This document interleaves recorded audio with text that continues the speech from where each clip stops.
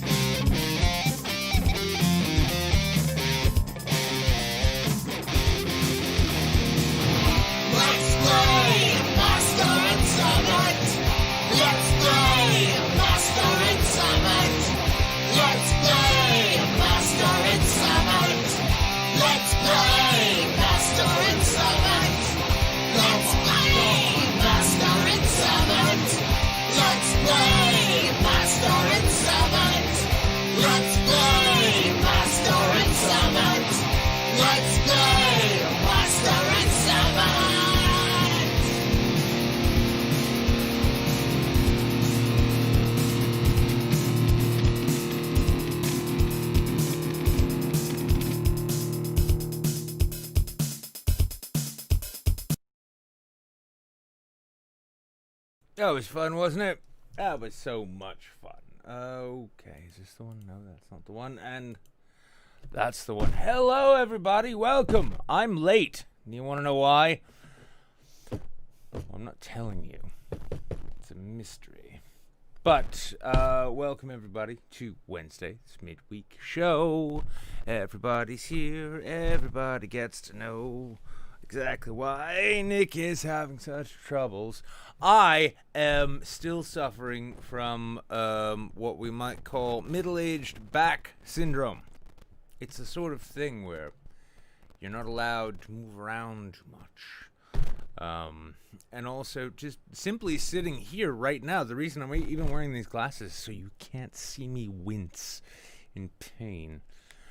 I will give you fair warning. I have been drinking whiskey this afternoon and this evening. As medicine, I'll point out. This wasn't simply just, my ordinary, I like to get fucked up kind of thing. No, I have discovered that the two things when you don't have a primary care physician and access to medication or surgery or whatever it might take, to solve back problems is a mix of whiskey and sleeping on the floor, which I shouldn't have to tell you doesn't actually provide the best night's sleep ever. It's not exactly a Tempur-Pedic mattress, but I did it, and I'm able to sit in my chair again, and it only hurts a lot. Not a whole lot, just a lot, which I'm going to call that progress. Honestly, I'm barreling in, so for those of you not aware, Sunday is my birthday. I get to turn 37 years old. Now, I know, you shouldn't whine about being 37. There are so many kids in Syria who will never be 37. But I'm starting to realize that as I barrel towards 40, right, mercilessly, just full bore barrel towards 40, that, that window for me to sort of remediate the damage I've done to myself with all of my bad choices and my shitty lifestyle, it's rapidly coming to a close, and if I don't do something soon, basically I'm just going to be a broken old man forever. I mean, granted, we all end up broken and old. No getting around it, but I mean, I'd kind of like to be the Joe Rogan kind of old, and I know that's never going to happen, but I can do my best to try and get there. So today I've been medicating myself with whiskey, which is what allows me to actually sit here instead of at my desk once again.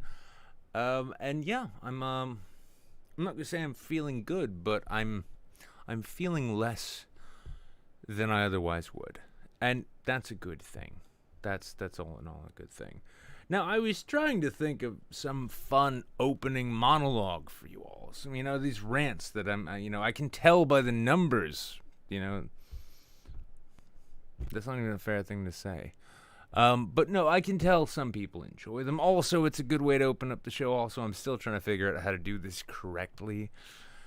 But in respect to that, actually, I'm just going to take a look real quick. Who the fuck is here? Who's hanging out with me now?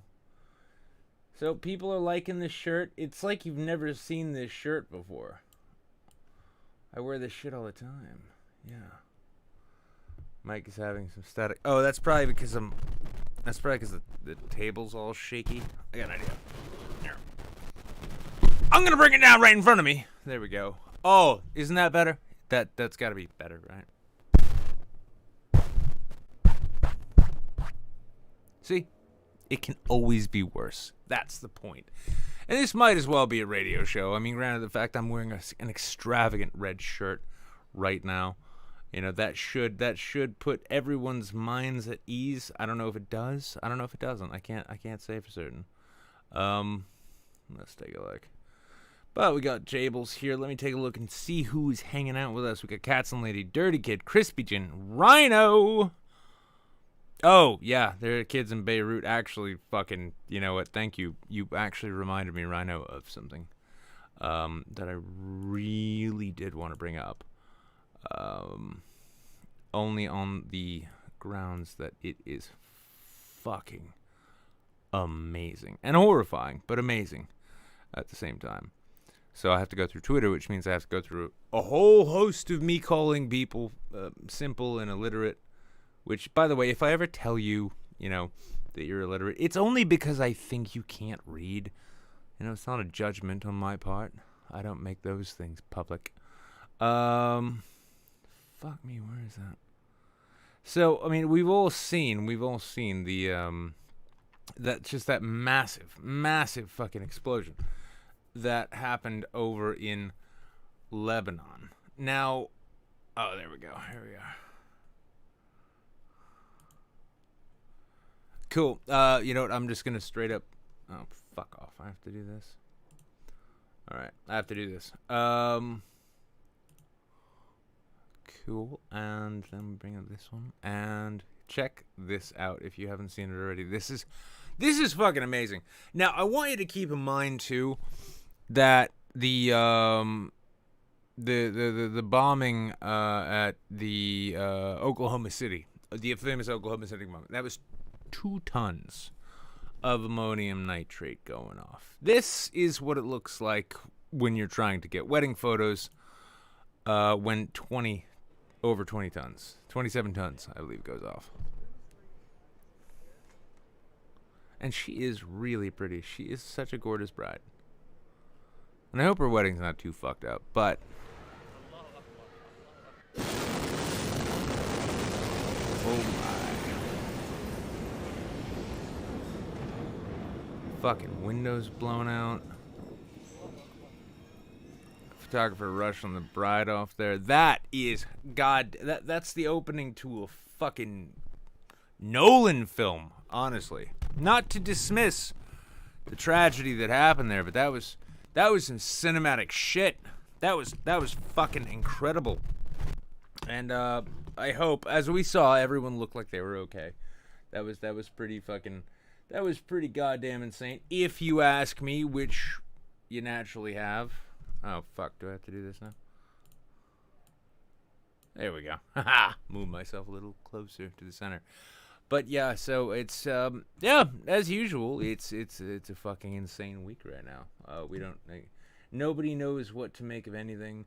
Nobody knows what to say, and all we have to do is just sit back and watch. Now, of course, the president also already called it an attack, even though there's no goddamn evidence of that, and it's most likely that it was an actual accident because let's be honest, they've already said, like, yeah, they seized 27 tons of ammonium nitrate off of a freighter ship at one point.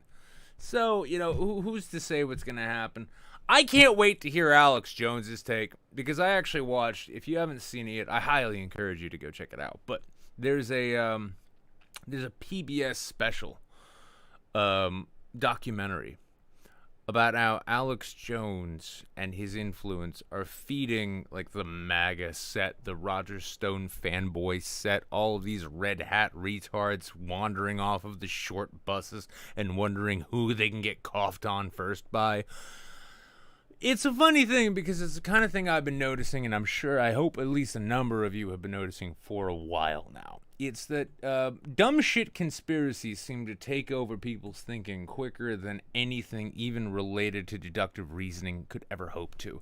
And I bring this up, and I guess this will be my opening rant here before we get into the articles. Deductive reasoning is a fucking lost art. It is a lost art. Now, it used to be. I used to complain even just recently about the fact that when it comes to consuming media, we were told over and over and over again how we need to, consume all available media we can, do our own research based on the facts as we find them, and then draw our own conclusions. We are no longer told to do that, though. Instead, we're encouraged simply to go to our preferred media sources, which validate our dipshit feelings right off the bat. And can it be any surprise that in an era in which we see competitions between shit like the Young Turks and the Daily Wire, in this kind of day and age, in this era, should it be remotely surprising that dipshit conspiracy theories take root? Now, I'm not going to say I've never indulged in them myself. I'll be honest, when Loose Change came out, I found that a compelling goddamn film. And I even sat through the entire series of Zeitgeist. Have you ever seen that shit? It's like Woo on steroids. The whole reason George Bush invaded Iraq was apparently because Moses was a recreation of an older story and blah, blah, blah, blah, blah, and all of our minds are psychically linked, y'all, and we're just gonna communicate our darkest desires to those that are in power so that they can take those darkest desires and make them into fucking theme parks. I'm not saying that conspiracy theories aren't fun. They honestly are. Honestly, the notion that anybody outside of a bunch of goat fuckers managed to pull off 9/11, that's a compelling narrative. I'd almost like it to be real, but the truth is that when you look at the reality of the situation, all the evidence available to you, etc., you realize that is real. The goat fuckers did it. The goat fuckers did 9/11. But it's so much more fun to believe that those in charge were the ones behind it, isn't it? Because the one thing I've discovered, too, is that when you get these conspiracy theory notions, it gives, well, let's call them, I don't want to be mean here, so we're just going to, good job, we're going to call them stupid people. Really stupid people. People who don't know how to read chapter books. People who perhaps have never actually had to, like, parse through a bit of legislation before. People who probably, they made it to 10th grade and then they said, that's enough for me. And then they proudly proclaim that they read at a 7th grade level. These are the kinds of people who, when you give them the opportunity to feel as though that they have found some unknown, undiscovered truth, right? That they have managed to somehow grip on to the tiny morsel, the little nugget of reality that is otherwise fed to them in the fake news media, which, as we know, all media that disagrees with you is fake. Well, when they get that, can you really blame them for feeling so righteous about it? Can you really blame them for even embracing a guy like Trump, who has been embraced by a guy like Alex Jones? With all of these people telling you that while you make them rich, that you are at the same time fighting against the powers that are holding you down, the secret, shadowy cabals behind everything, and that you, and you alone, and only those who buy the merch and wear the merch, and, all of you guys are the ones who see through the bullshit. Everybody else is a bunch of sheep. Everybody else is a bunch of sheep. You see through it. You're no dummy. I can kind of understand now why it is we're not only polarized, but also increasingly stupid. I mean, we are honestly becoming, like, Idiocracy was a far more entertaining nightmare version of the future than that which we're barreling into now. But it's the same kind of thing. If you take Mike Judge, George Orwell, and Kafka, and mix them all together in a bowl, and then add in a bunch of, like, short bus, spedroom style picture books, that's basically where we're at in terms of politics on the internet. But unfortunately, politics on the internet, as we've come to learn, seeps out into the real world. You end up with the rad femme super social justice types who back in 2015 were regarded as just fringe weird internet shit that are now actually starting to set policy through media and political processes. But at the same time, then we also find fascists and ultra-nationalist nightmares disguising themselves as edgy meme lords, saying, ha, listen, I mean, I'm okay with, all kinds of horrible shit in the world, just don't take my right away to make off-color jokes on the internet, because that's a step too far. And it's one of those things. First they came for the such and such, but I forgot their names because I never paid attention to them. And then they came for the other so-and-sos, but I never paid attention to them because they weren't me. And then they came for me, and when I could no longer be a dickhead on the internet, that's when I knew that fascism and totalitarianism has finally taken root. It's a kind of funny thing. It ultimately comes down to people being encouraged to be stupid and lazy. And let me just repeat that for the sake of repeating it. Stupid and lazy. Because the longer people are stupid, and the lazier that they are in the course of their self-righteous stupidity, well, the more we can count on really bad actors to consistently dominate our public spheres. Because let's be honest with ourselves. Whereas we used to have things like Hitchens and Chomsky, or Gore Vidal, and William Buckley, or George Will, intellectual, reasonable, respectable people who didn't hate their opposition, they just hated what they believed, and they argued them with the best intellect possible. We've replaced that now even a step beyond the Ben Shapiros and the Hassan Pikers. We're actually now at a point where, like, the real public celebrities, people who are famous only for just being themselves, are people like Jake Paul. And that brings us to tonight's first story. Jake Paul.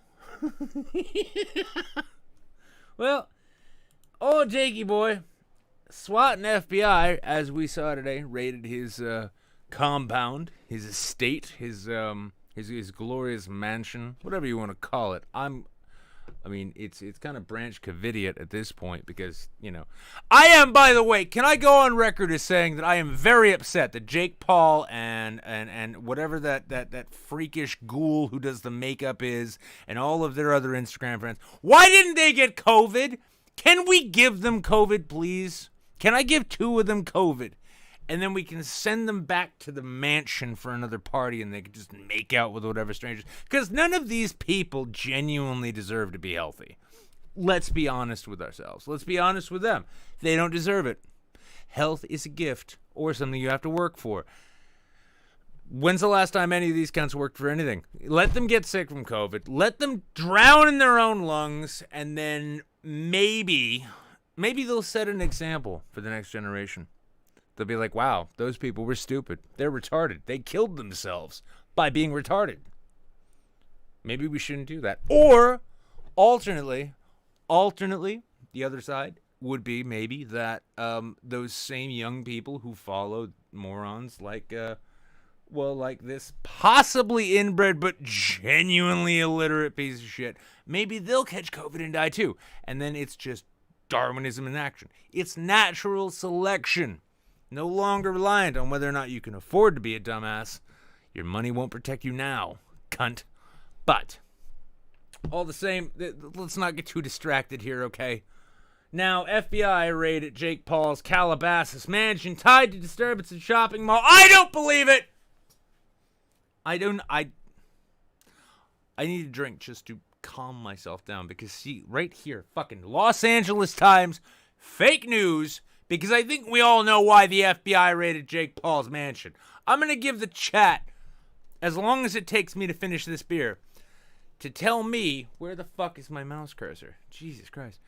To tell me why they think that this was that Jake's little mansion there, his little treehouse in the sky, got raided by the FBI. I would play the Jeopardy theme, but I don't have it queued up, so just imagine it while I drink.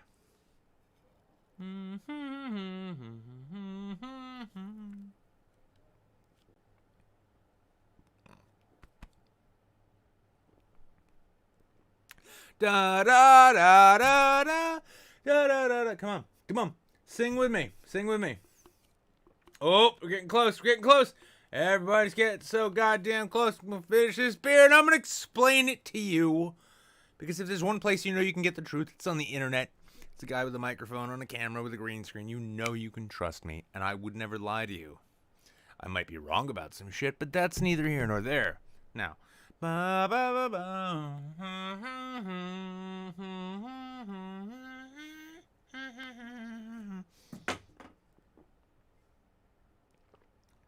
All right, some of you are close.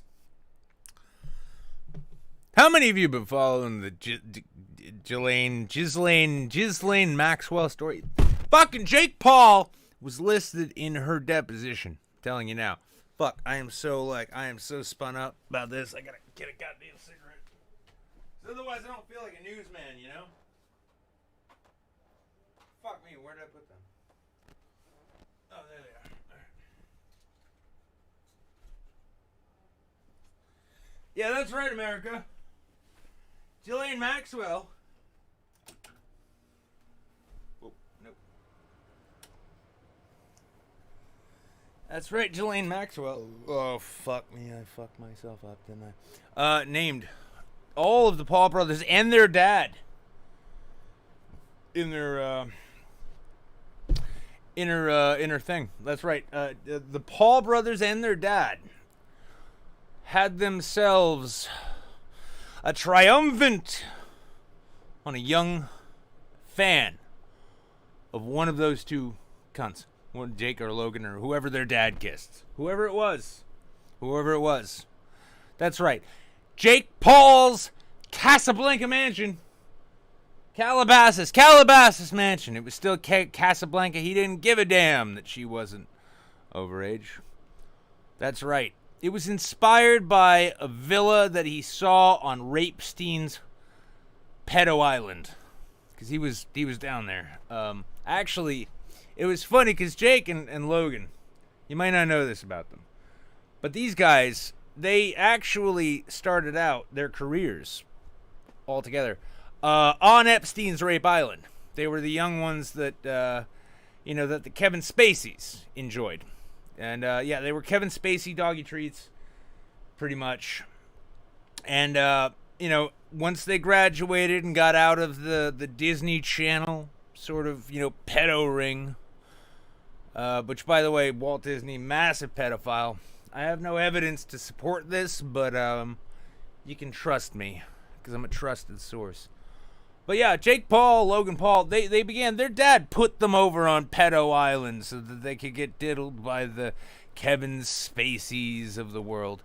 And then when they graduated and they became part of the Pedo Illuminati as it's known, on certain islands, well, that right there was when they actually started getting big. And that's how they got their Disney Channel deals, and that's where all the merch comes from. It's made not just by Chinese children. It's made by Chinese children tied up in the basement of a mansion on an island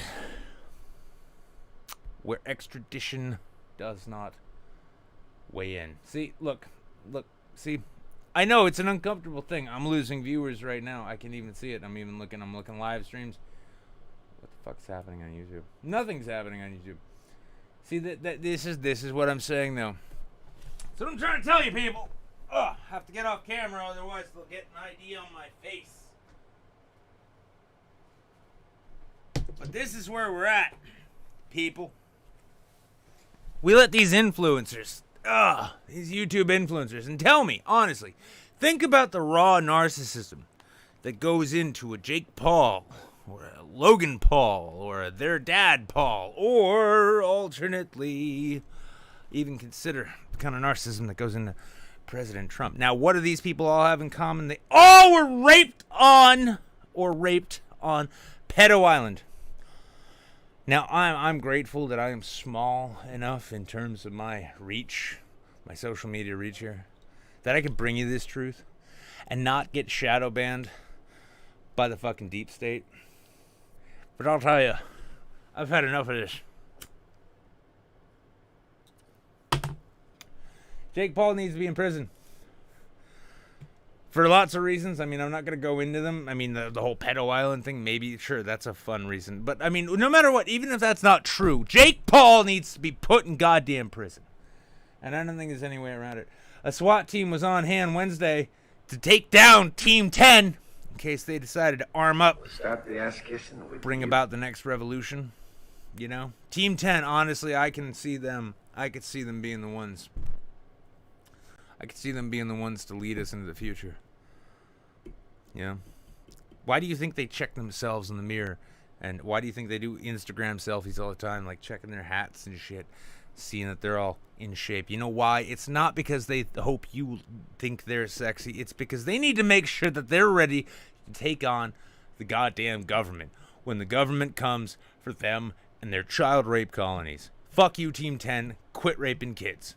Anyway, so, yeah, they sent a SWAT team in. The FBI raid was tied to an incident in May in which Paul allegedly was involved in some kind of disturbance in an Arizona shopping mall. A likely cover story, I would say. But search warrants were also served in Nevada and Arizona. You know what else you can find in Nevada and Arizona? You know what else you can find? That's right, children. Also rape victims. Rape victims and children, I'm not saying there's universal crossover. I'm just saying it happens. But they all exist there. And I'm pretty sure at this point that the Paul family, the whole family, even their uncles, their second cousins, probably all involved. You like the new direction I'm taking the show in, by the way? This is what happens when I'm in constant pain for 2 weeks. Details about the investigation were not released, but sources said early morning raid was related to the June riot in Arizona, which they say Paul was involved because, it's not enough that a talentless piece of shit like Jake Paul can get money by convincing kids to get their parents to buy his poorly designed merch and live in a mansion. He needs to go steal shit. He needs to co-opt an otherwise perfectly valid riot as a means to get himself more shit because he couldn't afford, I don't know what, that fucking liquor, those shoes. Jake Paul, I'm going to say because you are undoubtedly implicated in the Ghislaine Maxwell revelations, you should probably kill yourself. And I'm not saying go kill yourself, blah blah blah. This is me offering you honest advice because your kind doesn't fare well in prison. Not at all. Even if you didn't rape any kids, you're really pretty, and you're a pretty boy. And even in federal prison, I'm sure there's still somebody who will rape you in the shower. So, if you want to avoid that, and this is all on you. If you want to avoid that, maybe kill yourself. If you don't want to avoid that, have fun. But here's the thing. We're coming for you. QAnon has been on this for a while. I'm not letting it go. I'm an investigative reporter here. I'm going to turn this tab so I don't drink that. I'm an investigative reporter of the highest order. And so, Jake Paul, if you want to avoid, getting raped like those Epstein kids, then maybe you should, I don't know, maybe hang yourself from a balcony or something. Banister. It'll be fine. You'll be fine. You'll be dead, but you'll be fine. You'll be fine. And your legacy will be fantastic. Your legacy will be intact. No one will have to know that you Kevin Spacey'd your way to the top. You sick fuck. So anyway, that's been happening. Oh, gotta get this back.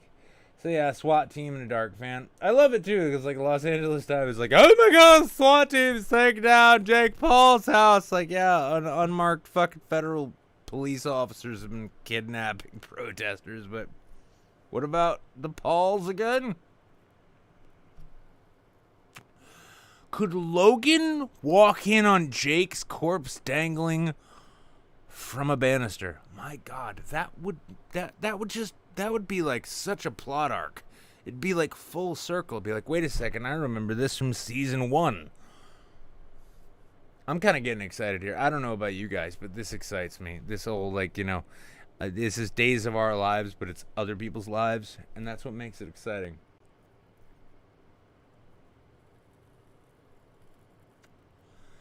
Let's see, Dark Van, yeah, blah, blah, blah, blah, blah. Now, I did hear that they took some, to be absolutely clear. Oh, look, here's the denial, guys. Neither I nor anyone in our group was engaged in any looting or vandalism. Pussy ass bitch. Sorry, did that slip out? Such a dither brain. For context, we spent the day doing our part, peacefully protest one of the most horrific injustices our country has ever seen. Oh, that's one of the most horrific injustices you've ever seen, Jake. That's the worst one. It was bad, but it was far from the worst. That's a sad thing to say. This country's done way worse, but I'm glad, Jake Paul, that your Instagram feed influenced you enough to think you know what you're talking about after you were done raping kids on Epstein's Island. Anyway, led us to being tear gassed. He got tear gassed. Bruh. I got tear gas, bro. I'm not even black. Good job, Jake. We're gassed and forced to keep moving on foot. We filmed everything. No shit. We saw in an effort to share our experiences and bring more attention to buy the merch. Go kill yourself. I'm sorry. No. I'm being mean. That was inappropriate. It happens. I get some nicotine in my system. I get a little loopy. I'm sorry. Jake Paul, listen. If you want, I'll come out to your mansion. I'll steal a whole bunch of shit from it. You won't notice because you don't even know what half the shit you own. And then we can talk about it like men. And then we can both get tear gas and see who's a bigger bitch. How about that? Yeah. How about that, Jake Paul? We can both get tear gassed on camera. And we'll see who's a bigger bitch about it. Because I'll tell you. I'm not gonna go out telling tales out of school, but I've had chemicals sprayed in my face more than I would like, and I never got a mansion out of it. So anyway, Jake Paul got himself fucking raided. We filmed everything, blah blah blah. I do not condone violence, looting, or breaking the law. Oh, what about the violence? What about the violence on the pay-per-view thing? You fucking hypocrite! Go fucking hang yourself. Looting or breaking the law, except you looted and you broke the law. However, I understand the anger and frustration that led to the destruction we witnessed. Do you really think... I need to ask you guys seriously. Do you think Jake Paul or any fucking influencer genuinely understands injustice, understands frustration and violence and mistreatment? Do you think they get that? Because I gotta be honest, I think the only time Jake's probably been, mishandled by authority figures was probably on Epstein's island. And it was probably Kevin Spacey. I'm sticking to this, by the way. If you don't like it, you can go ahead and go ahead and on YouTube, you can downvote this video but I'm speaking the truth here. Kevin Spacey raped Jake Paul, and that's why Jake Paul is the way he is. No getting around it. Sorry. It just is what it is. But let's go on to Florida man. Florida man arrested waving loaded gun in one hand, holding a beer in the other, deputies say.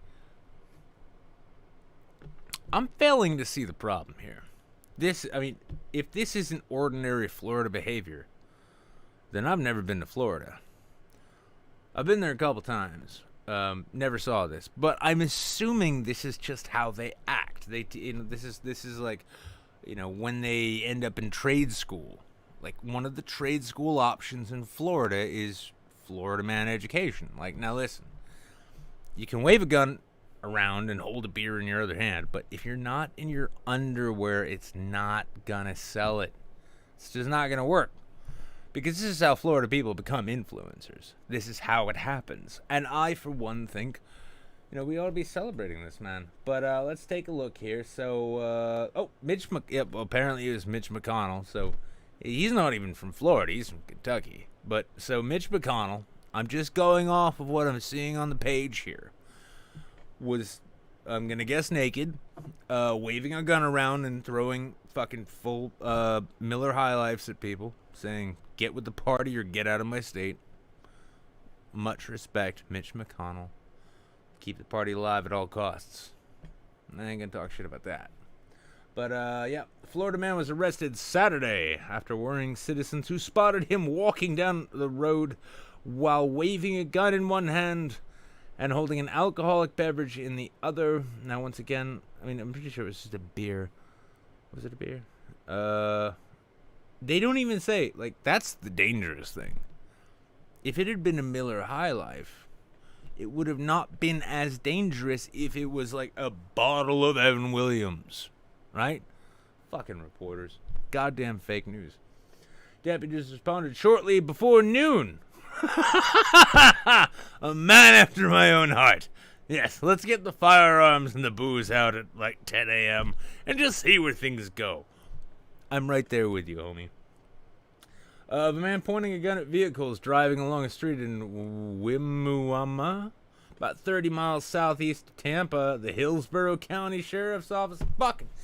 I live in Hillsborough County, New Hampshire. How much Manchester Man news have I shown you saying that New Hampshire in general, is the Florida of the Northeast, and I live in Hillsborough County. I don't know how to draw the parallels here, but I know they exist, and I leave that up to you. my investigative reporter audience, you can throw me Streamlabs, right? Follow me on this one. You can give me money, and I will promote your conspiracy theories as bona fide fact. You're not going to get a better deal anywhere else. So, laying that out there, do your thing. Blood-soaked Florida man clings to truck for 9 miles. Okay, I want to know what that's about. But deputies say... I'll be honest with you. Deputies... I'm kind of retarded. What'd that be? We'll get to that in a moment. Hang on. Well, see, that was a good one. See, Mickey, thank you. Mickey's on board, and I don't know what she wrote, but before I bring guests in, I'm gonna report your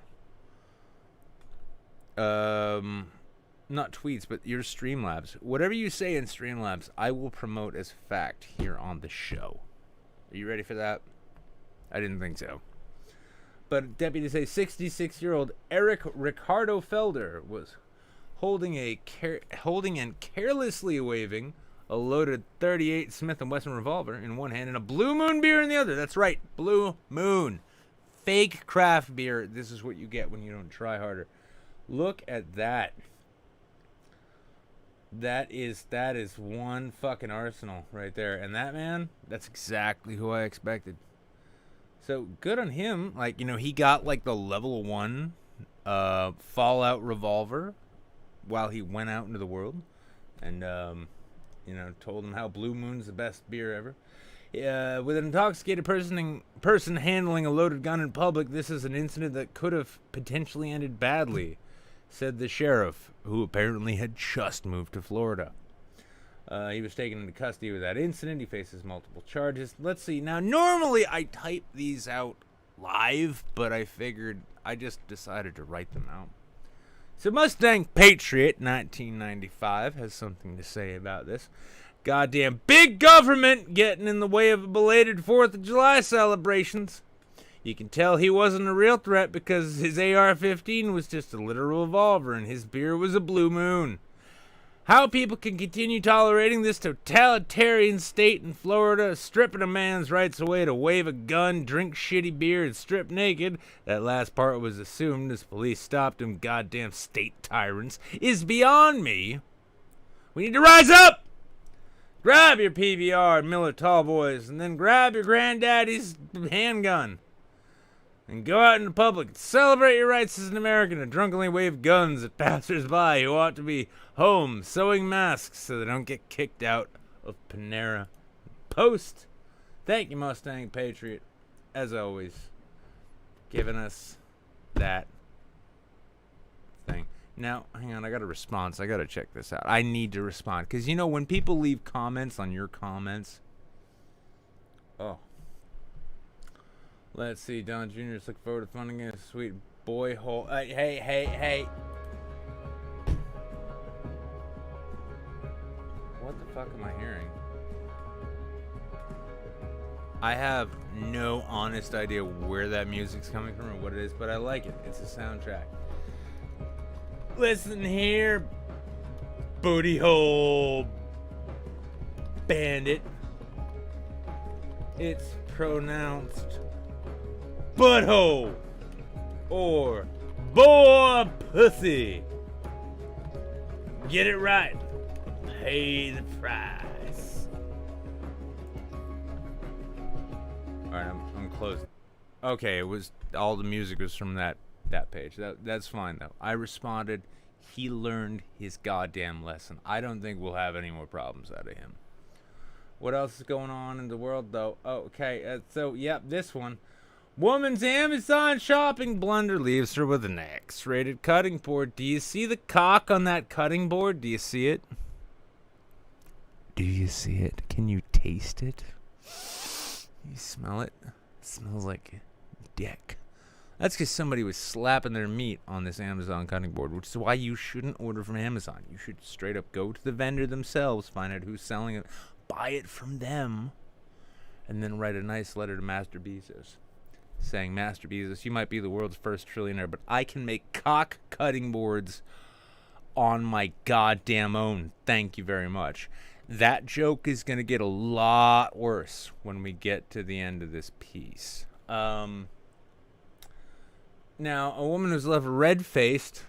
Oh, as a man with rosacea, let me just say, Mirror UK, very, very fucking close-minded of you. No, I don't like it. Well, she noticed an X-rated detail. That's an NC-17 rated. Jesus Christ, these people don't know anything about modern society. Detail on an item she ordered from Amazon.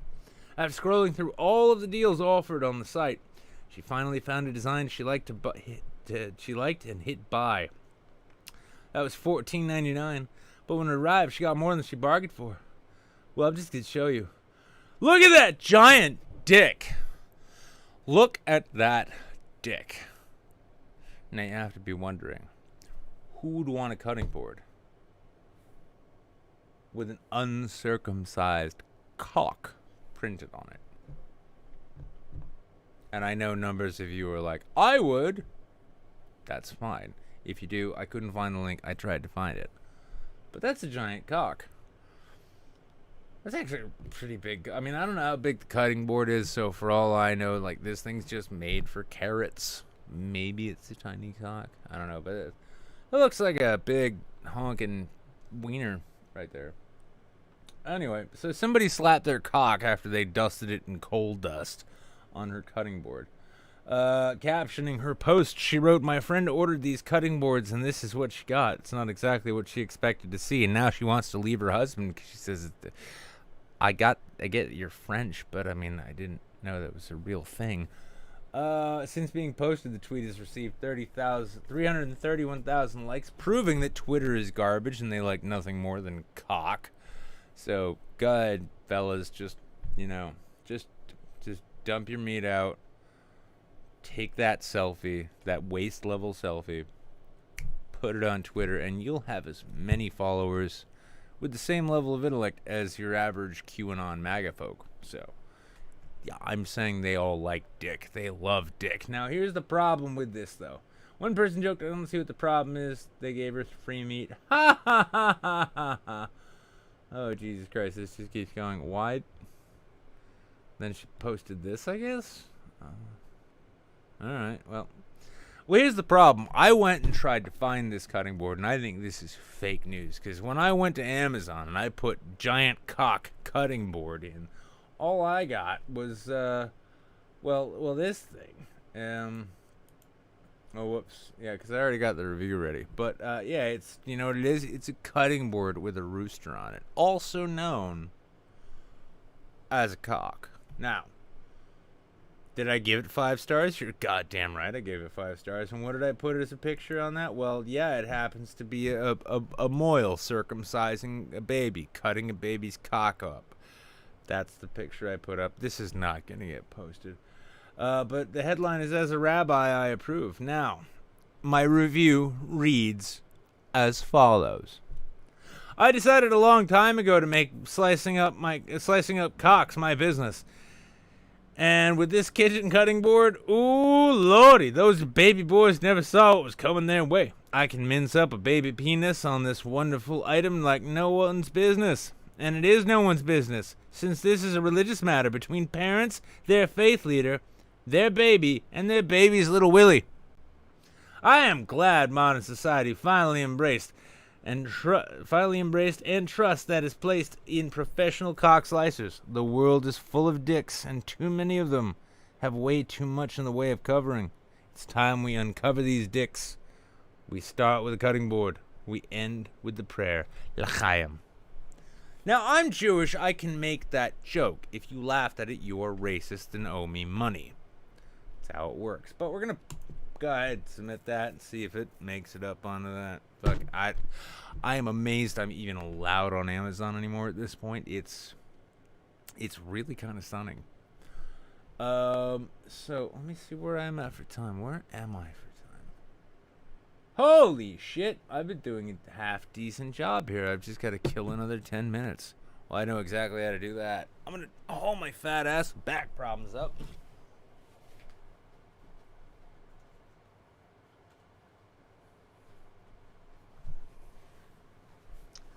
then I'm gonna come on back here. Now, if you want to hang out and shoot this shit a bit here, you can. All you need to do is join the Discord. I'm gonna bring my boy Jables in, just to see what his Jable-y opinion of this whole thing might be. He's just got to unmute himself. There we go. My opinion on which whole thing? Oh, any old thing. Do you think Jake Paul is a child molester, and/or what do you think about slicing up baby cocks? Ooh, don't slice up baby cocks. It's not cool. And Jake Paul being a child molester, maybe. Do you think Jake Paul was raped by Kevin Spacey? The only thing I know is Tim Dillon has been trying pretty hard to get in tight with the Paul brothers, and he's even been on their podcast once or twice. That doesn't surprise me. He is. Well, he's a touchy guy himself. He likes the young he likes the young boys, doesn't he? He likes that supple flesh that they offer. Tim Dillon? No, he's against the pedophile Illuminati, the pedalami. Yeah, well, that's what he would like us all to believe, isn't it? See? How much can you trust people on the internet? That's like saying Alex Jones himself is an interdimensional child. Okay, in fairness, I'm only trying to say that fat gay comedian is a child molester because if I say it enough times, Steven Crowder will naturally be a guest on my show. Okay. Which now I'm asking myself, is that something you really want? Actually, if you say it enough, Tim Dillon himself might be on the show. So yeah keep up at it. Yeah, just all you have to do is look into a webcam and say Tim Dillon 3 times, and then he appears behind you like Bloody Mary. It's amazing. When the pandemic first started, he was fucking everywhere. It was the weirdest thing. Well, I mean, he was like the one person with energy during that entire time.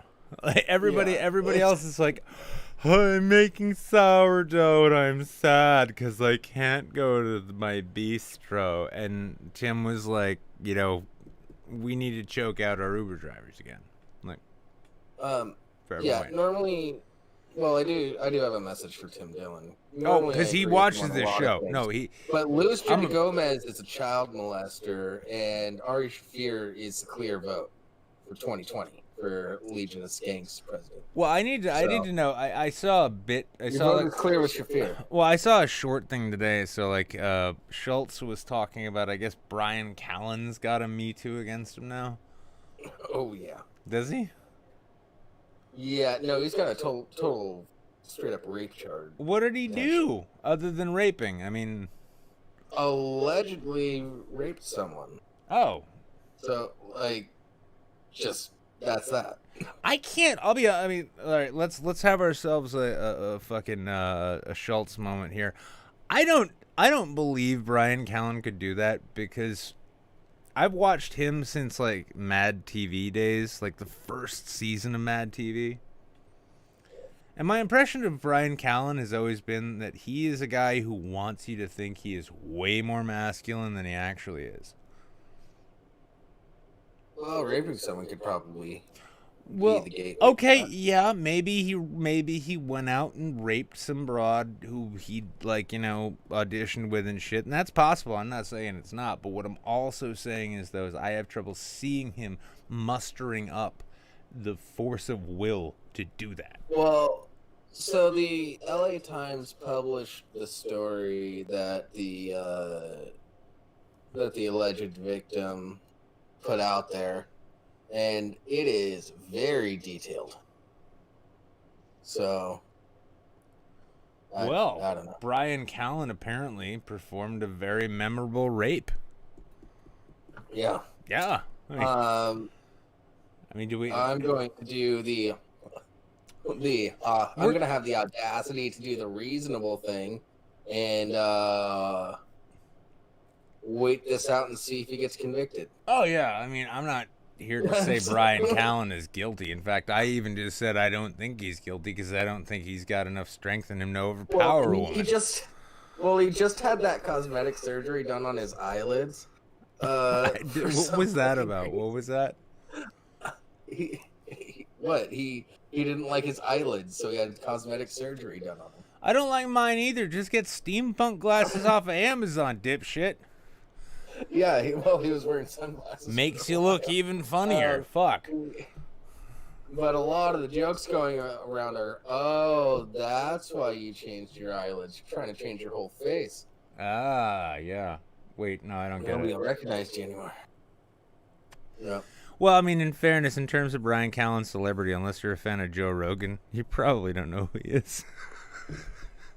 Or if you're a friend of Brendan Schaub, Yeah. then you might know who he is. I mean, But and are you a fan of Brendan Schaub? It's Oh, bad. that- It's that bad really- form. I know it's bad form to, like, you know, shit on comics, especially who are far more talented and successful than you will ever be, There- right? There's only one reason. There's only one reason why I made that joke. One, I saw Brendan Schaub's special. Two, Oh, okay, so you're lifting material, is what you're saying. yeah. All right, two, at least you admit it. uh, At least you admit it. The other reason why I saw that is, so Legion of Skanks, it's a podcast with a bunch of New York comedians. They're doing like this Presidents of the Legion of Skanks run right now, which is turning out to be fucking hilarious because Ari Shafir's in the running now. And all of them had to do a lie detector test. And one of the questions Ari was asked is, do you respect Brendan Schaub as a comedian? And Ari said yes, but the lie detector found him to be lying. And then he started backpedaling a lot. I can't say either way. I've never watched Brendan's shit, because who has the time for that, really? But no, back to Brian Callen. He's a small man who wants to be big. He's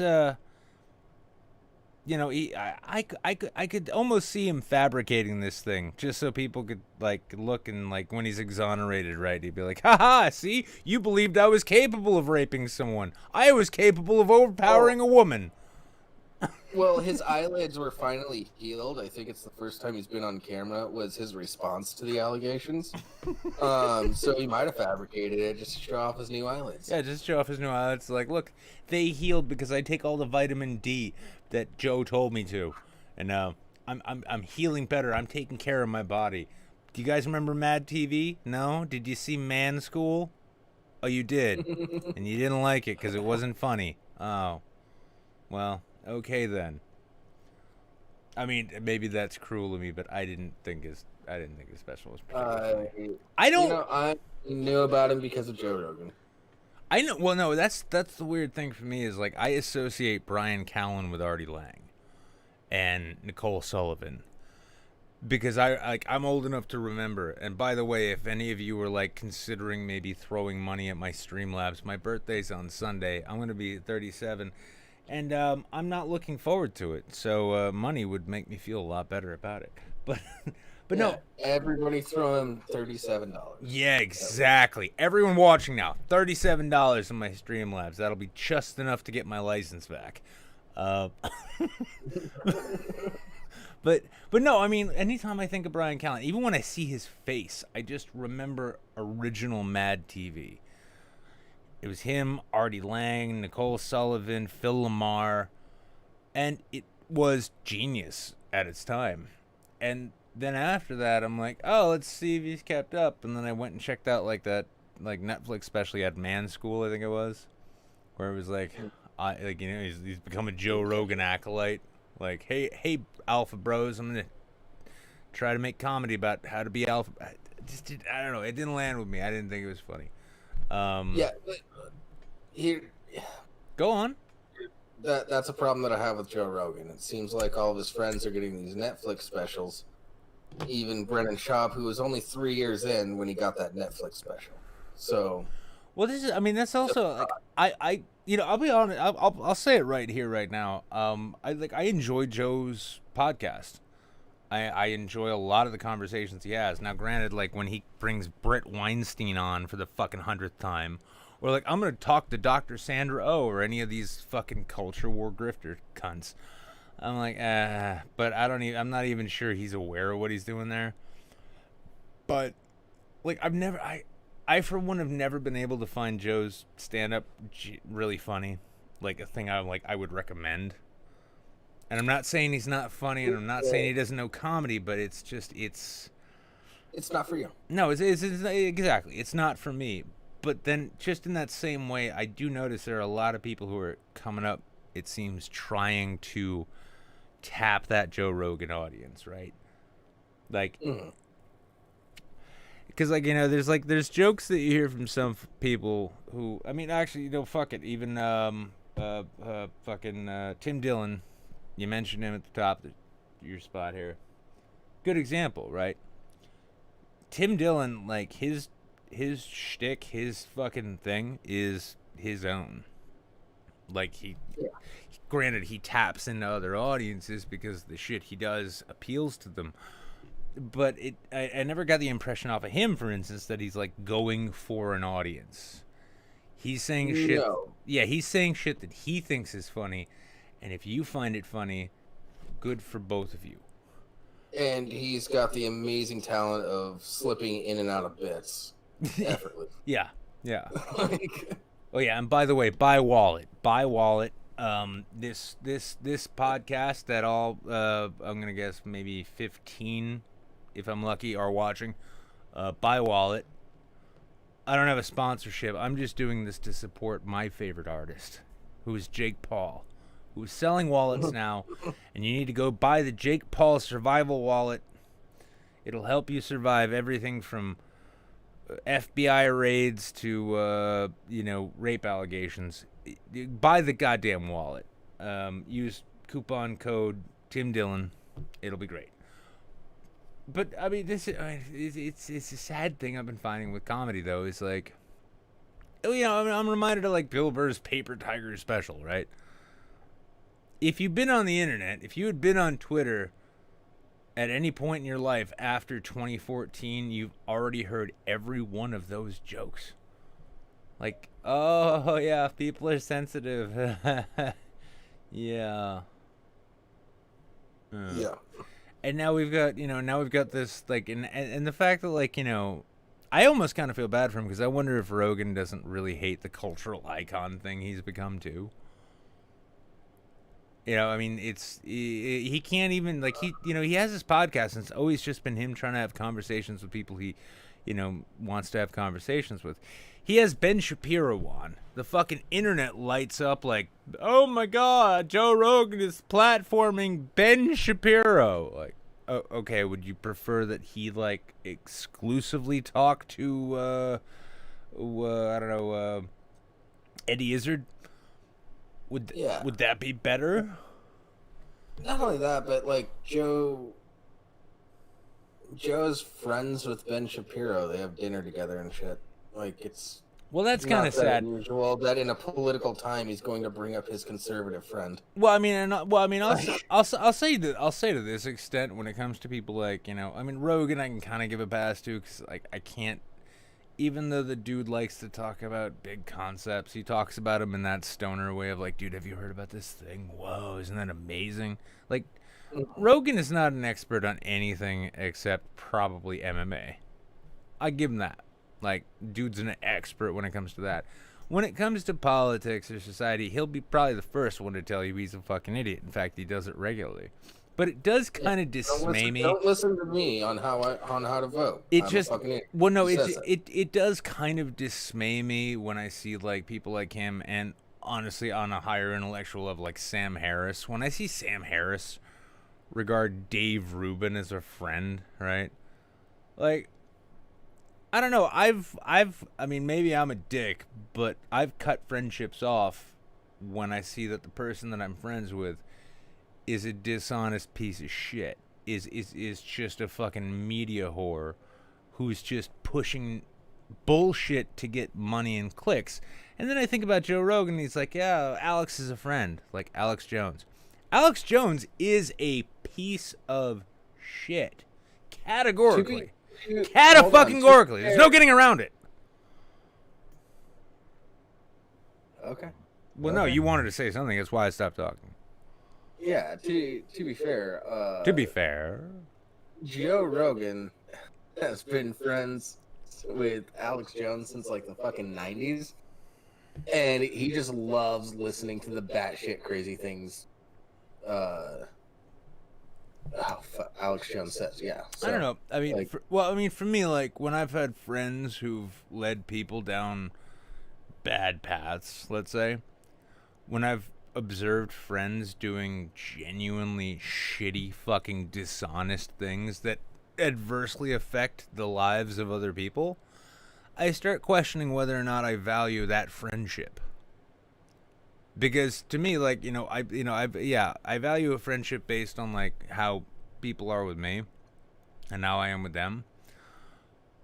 But if you demonstrate that you are inherently a dishonest piece of shit who will willingly cause other people harm just so your name and your face and your brand and your money can grow, that's not a kind of person I, as a self-respecting individual, and I say that loosely because I don't really respect myself, but it's not the kind of, I mean, I don't think I could honestly like maintain a friendship with somebody who did that.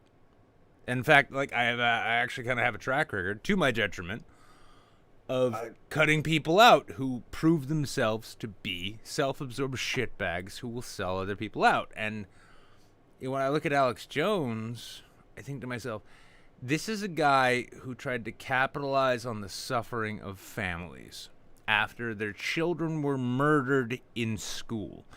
Oh yeah, that's a guy I want to be friends with. I'm going to hang out and fucking get high with him. It's the kind of thing that genuinely... I don't think... It does kind of make me say... It does make me kind of want to say, fuck Joe Rogan, to be honest. Yeah, but I think you're getting ahead of yourself a little bit. Joe doesn't see it that way, and he's always been open saying that he straight up talked to Alex about that as soon as that came out. So he sort of berated him a little bit, allegedly. So I'm not gonna fucking discount Joe for liking certain people. Oh no, I'm not association at this point. With me, it's not even. I'm not even discounting Joe. It's more actually like my respect for him is diminished by that, right? And that's just on me. My respect for him is diminished because every fucking episode has been, what do you think about this? And it's the same fucking questions, like he's looking for someone to give him the answer that he wants. That's what's been going on for like the last 3 fucking months. Yeah, and I mean, I don't know. It's one of these things like, it was funny though, because at the same time I'd worried about woke culture killing comedy. Only a little bit, because I know that real comedians will never submit to, tone policing and shit like that, right? In fact, like the good ones will always double down. But when that becomes your shtick, is like, hey, a lot of people are going to be offended by this. Like, well, you've already given away the context of your joke. So what are you doing? Yeah, but well, okay.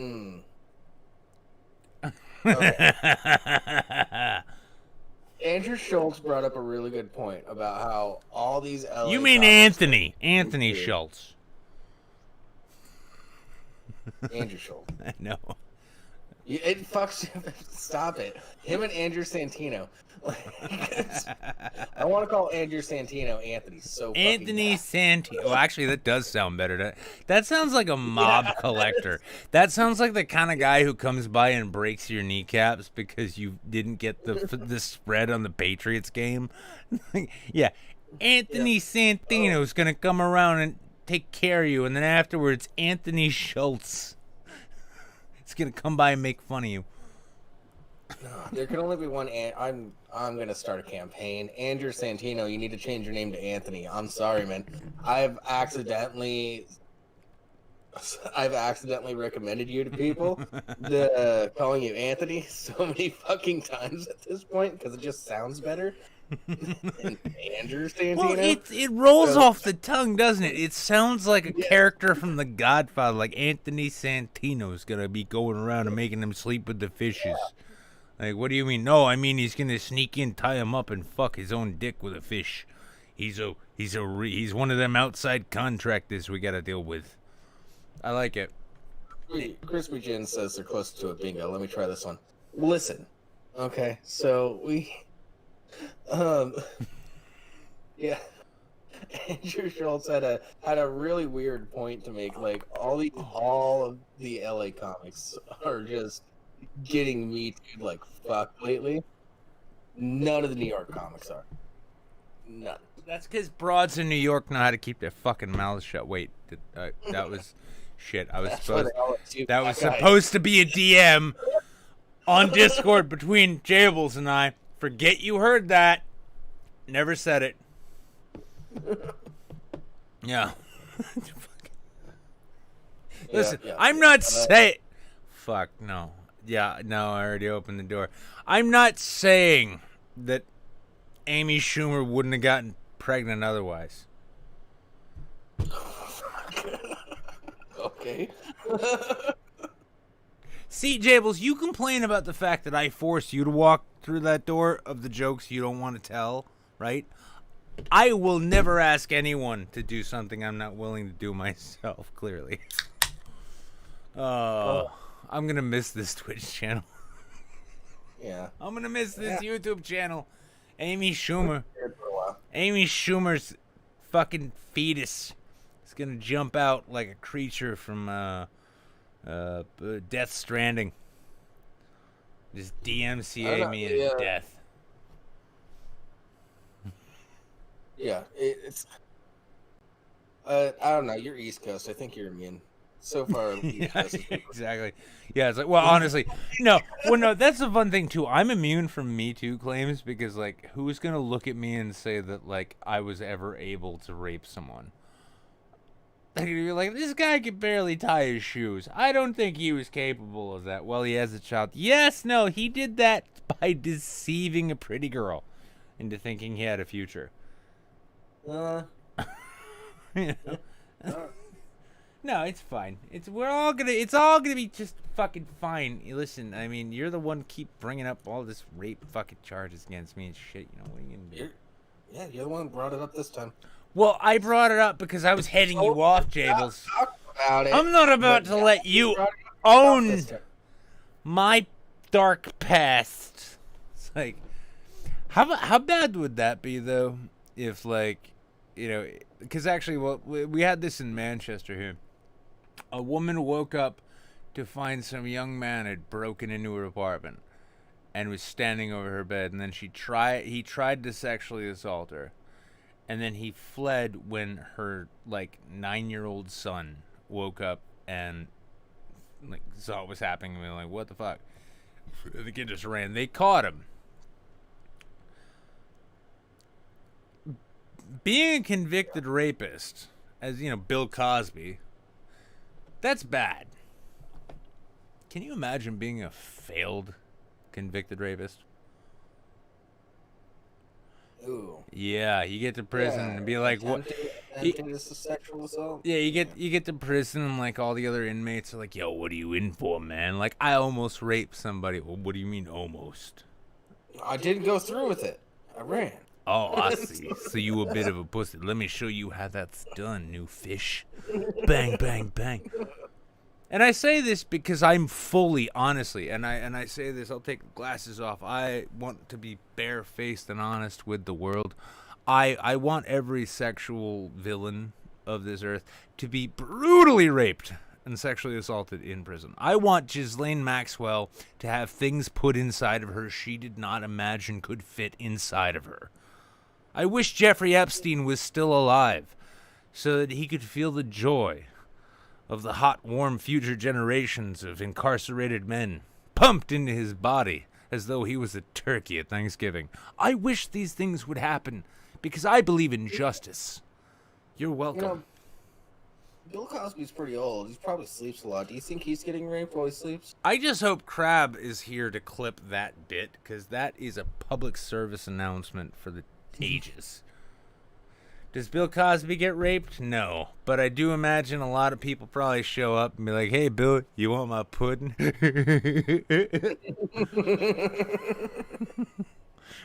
Either they're offering him actual pudding cups. He's fucking tired of that joke. They're either offering him... No, this is the hell I want Bill Cosby to suffer, though. Bill Cosby is a horrible fucking rapist.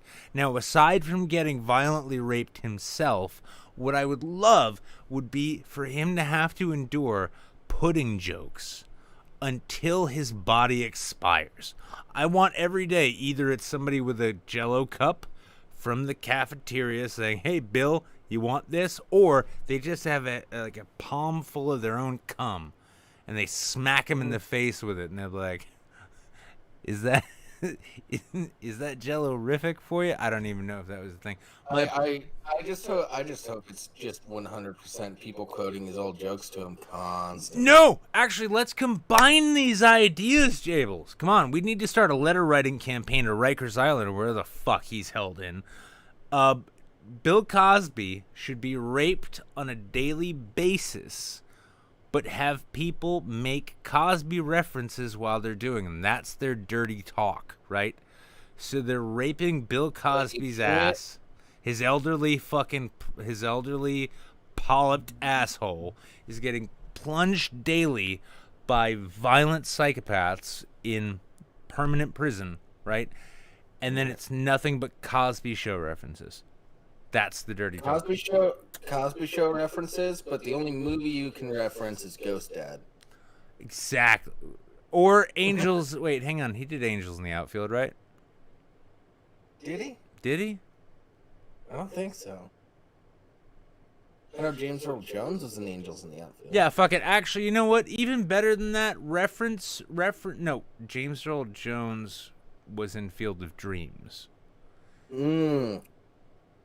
Is that not the same movie? No. It is not the same movie. But okay, But no, actually, even better than Cosby Show references. Hang on, follow me on this one. Even better than Cosby Show references to shit that he wasn't in that people are confused by, right? There we go. I got it. I got you one better. They can only reference Eddie Murphy and Richard Pryor movies. Yes, no, not movies, bits. They can only actually all of while he's being raped, it's nothing but Coming to America bits. I want that. I want that in whatever prison shower Bill Cosby is raped in. I want him to be raped to the sound of Coming to America bits. Okay, but then technically they'd be Coming to America's Dad. Coming in America's Dad, yeah. Yeah. Yeah. There we go. That's right, Dad. That'll show you for not coming back after you get those cigarettes, says half of the Instagram influencers out there. I love it. This is fucking solid fucking copy, Jables. I think we're solving... You know what? Trump likes to talk a big game about fixing the criminal justice system, but I think you and me here, I think we've actually solved it. I think we've figured it out. That's right. In fact, even for ordinary... Case-by-case basis. For ordinary rapists, too, I think that they should be raped to the sound of bits from the movies they hate the most. Okay. It's a good idea. Listen, I mean, I'm not a member of the prison board. You can tell because, I'm not a millionaire. But... Are you sure that wouldn't count as cruel and unusual? Nah, never mind. Well, hang on. Here's the thing. It's unusual. Cruel, that's a different question. I mean, it's not like we're saying, like, every time a shower rape happens in prison that Nickelback should come over the PA system and we should build PA systems. Okay, hang on. We should build PA systems into all prison showers. That way, as soon as a rape happens, the alarm happens to be Nickelback's, "Look at this photograph! Your ass is gonna then prolapse!" Hold on. I feel like... So, what you're saying is... Yeah, so what you're saying is... Yeah, that scene in American History X It's totally justified. Actually, I think here's the thing. You take the rape scene in American History X, and I guarantee you, if you put it to different soundtracks, you'll have different opinions about it. Put it to Sarah McLachlan. It'll look, and then slow the video down. It'll look like a lovemaking scene, and it's the kind of thing that censors won't want because that's a tender gay love scene, right? They'll give that, they'll give that an NC-17, but you can have Jodie Foster getting raped on a fucking pinball machine, and that's just R, huh? Right. I forgot about that. Yeah. See, this is why like I'm not allowed in the Hollywood world, because I see all the rape that goes on, and now it's finally coming to light. But we don't know how to punish them, because honestly, like, I want to make Harvey Weinstein. I want to strap Harvey Weinstein to a gymnastics pommel horse, and listen to his reactions as he is raped in the ass while having to watch Jerry Bruckheimer films. Oh no, you should only be allowed to watch The Happening with Mark Wahlberg. Actually, yeah. That way the plant Yeah. back at him. We'll take all of the worst films that the Weinstein Company greenlit. Actually, no, I got a better idea. So Harvey Weinstein raped from 2 to 4 every day, weekdays, and we'll Wait, was The Happening Miramax? Well, no, follow me on this one. Harvey Weinstein gets raped every day, but he's bent over and he's forced to watch Boondock Saints 2. Yeah. He was responsible for all of that. I know he was. And he hated it, too, which is what makes it better. Because then he'll be like, well, this giant cock plunging my ass as though a plumber is trying to get a hairball out isn't exactly as bad as having to watch this thing that I made my company pay for. The worst part about Boondock Saints 2 is that it has so much fucking potential. Where did it have potential? I'm sorry, what? It had potential. Where? As a concept. No, it did not. As a concept. No, it did not. No. Not the way the movie was written itself at all. Like, scrap that entire thing. Just the idea of the Boondock Saints and doing a second one where they're... I don't know. Where Sean Patrick Flannery was so clearly uninvested that he bloated out from his alcoholism while he was doing it. And so bad. Here's a funny little bit of trivia. Willem Dafoe was contractually obligated to be in that sequel. Yeah. The only way they could make it work was putting a second team in Florida so he could have that one scene at the end where he didn't have to do shit. That's the entire purpose to that scene. He was contractually obligated, and he's like, I'm not working with that cunt. Because the guy who made Boondock Saints is an unforgivable cunt. Like, honestly... the first one's so good.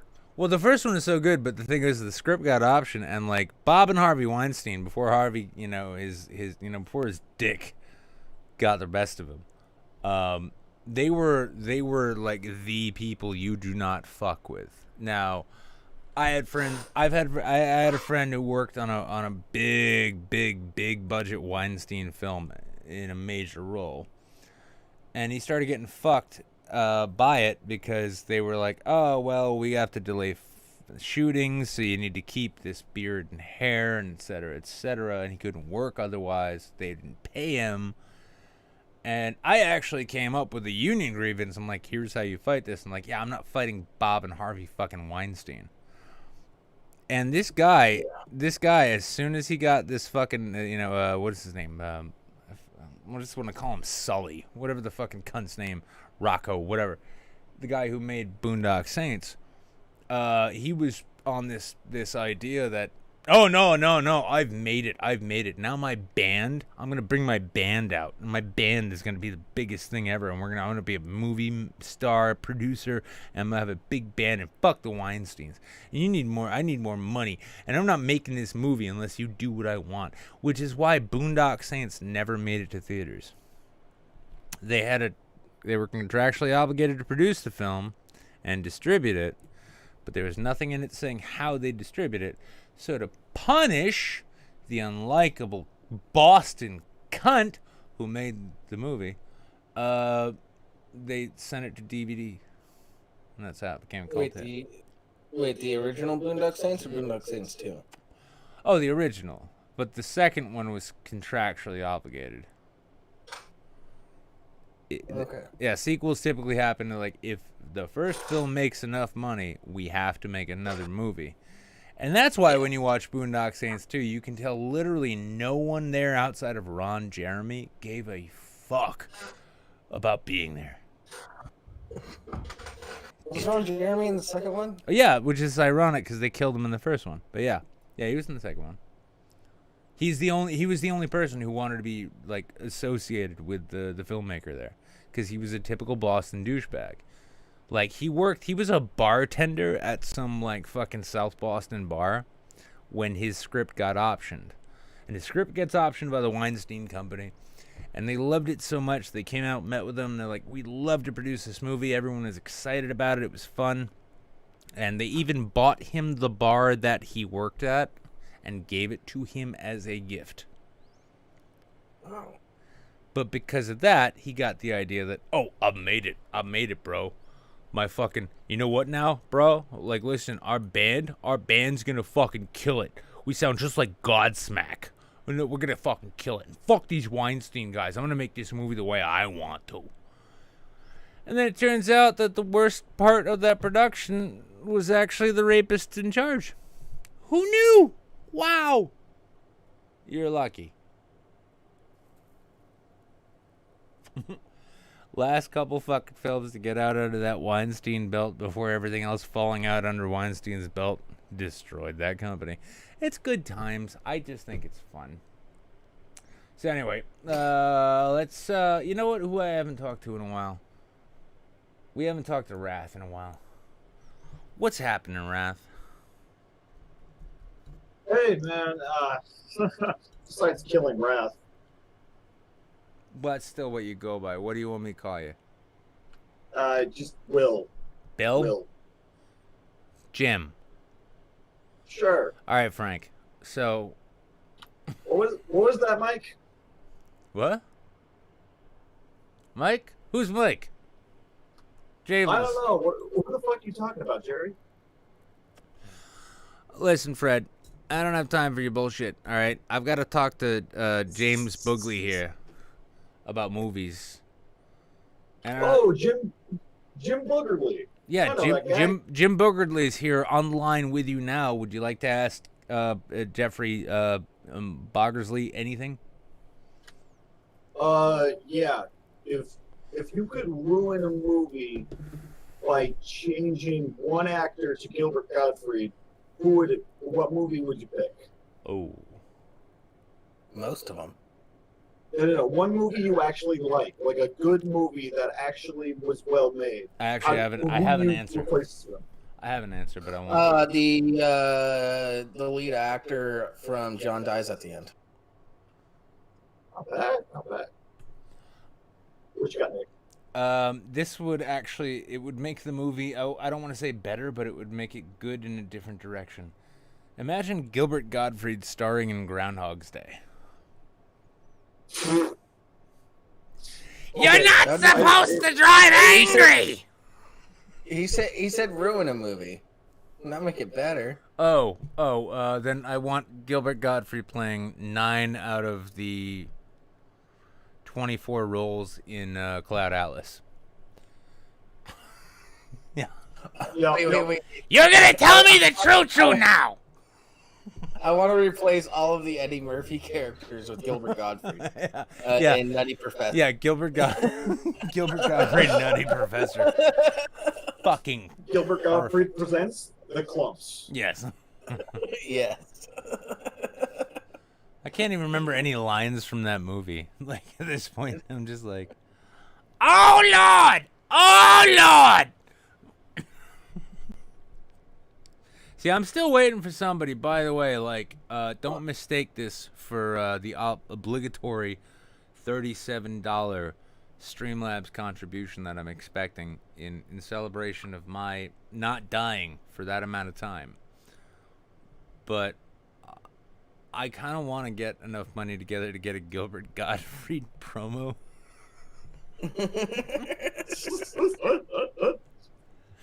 I mean, somebody, I'm not going to say who, but somebody actually did pay for one of the, I can't remember what the fuck his name was, Paul something. He was in Seinfeld and a bunch of shit. And I got like, they paid for him to do the natural, I've never heard of this show, why the fuck am I saying this kind of thing. I'm like, hey, you're like everybody else who's been on this show. So. It's like, oh, we did that show with Brad Warcock too. Oh, yes. Brad, yeah. Well, Brad's supposed to come back on the show, but just like every one of the other guests that I talk to who say they want to come on the show, they quickly forget about it because I barely exist. But he will be back. I will pester the fuck out of him to get him back. Yeah, that was great. That was a great night. No, it was a great night. He's a funny guy. I mean, like, it's funny because either they forget or they have something else to do. Like even Two Griffin, right? Like, Two's a funny-ass guy. I love the dude. And he was supposed to come on the show last week, and he had this actual genuine family emergency. And, like, so the human part of me is like, dude, no, I fucking feel you. I understand. I hope everything works out. But then the host part of me was like, they're dead. The fuck are you doing? You had a fucking obligation, you piece of shit. Come on, put your word to it, son. It's Twitter DM. I could show that to the world. And then I could be like, hey, y'all. You know, this guy agreed to be on my show, but then he canceled out because his, like, family was having medical emergencies. So, oh my God, come on. Whose family isn't having it? It's COVID time. Everyone's families. You are dead to me. Although, honestly, our country's in a medical emergency. Honestly, though, two, I do hope everything is good, and I hope you come on the show. But you understand, I'm obligated to say horrible things because that's what I do. I do also have to say I like chatting with you too, so yeah, definitely come back. Oh, you were talking to Two. I was dead certain. I'm like, you ain't talking about me. No way. Nah, no way. No how. Well, so Raz, what have you been up to recently? I went back to norming working again because the government shoved a giant dick up my ass, and by that I mean they promised that whole unemployment bullshit, right? They took that out of what I was already entitled for and said, nope, that's not extra. It's part of the same shit. By the way, you lost eligibility last week. So you when they told me I lost. You got Kevin Spacey'd. No? Wait, hang on. You have By Uncle Sam, yeah. Sorry, no, hang on. Sorry, no, you have to be asleep for that. Never mind. Oh, yeah, well, I mean, I was sleeping a lot. I was sleeping a lot, and then I woke up to the email from the government saying, hey, guess what? The email did come in at 3 a.m., actually, so basically Spacey. So, yeah, all right. So there you go, ladies and gentlemen. Wrath of Controversy got himself Kevin Spacey back to work. It's all working out, guys. Yeah, it's working out. I get enough hours and few enough days that I can actually write again if I had the motivation. Exactly. And also, now you can also catch COVID like everybody else is doing.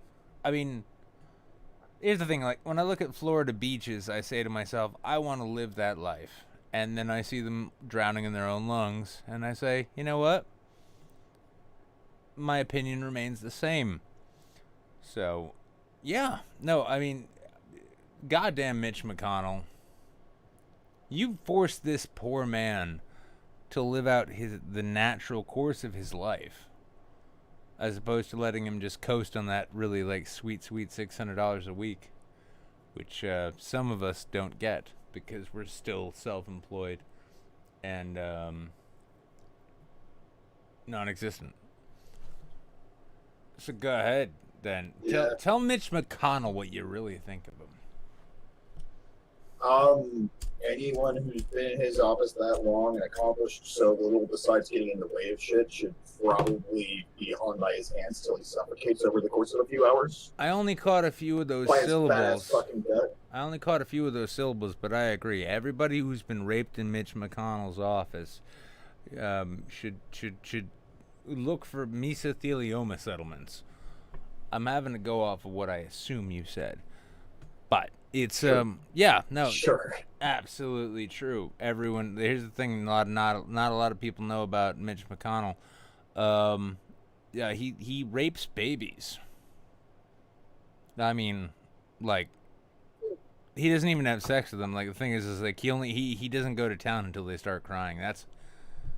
That's where we're at right now in terms of this, which is why I feel comfortable doing this show, because as bad as I can be, I will never, ever rape a child in the same merciless manner that Mitch McConnell will. Oh, he does it hourly. Like, when he's asleep, he has an assistant do all the physical stuff for him. He wakes up when the crying gets loud enough.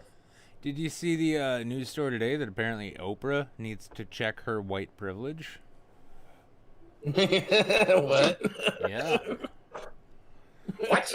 Yeah, no, straight up on Twitter, there were a bunch of people that are upset, and this is how we know. And here's the sad thing: it used to be like, if dumbasses were upset about a thing on Twitter, you could just say, "Well, that's dumbasses on Twitter, right?"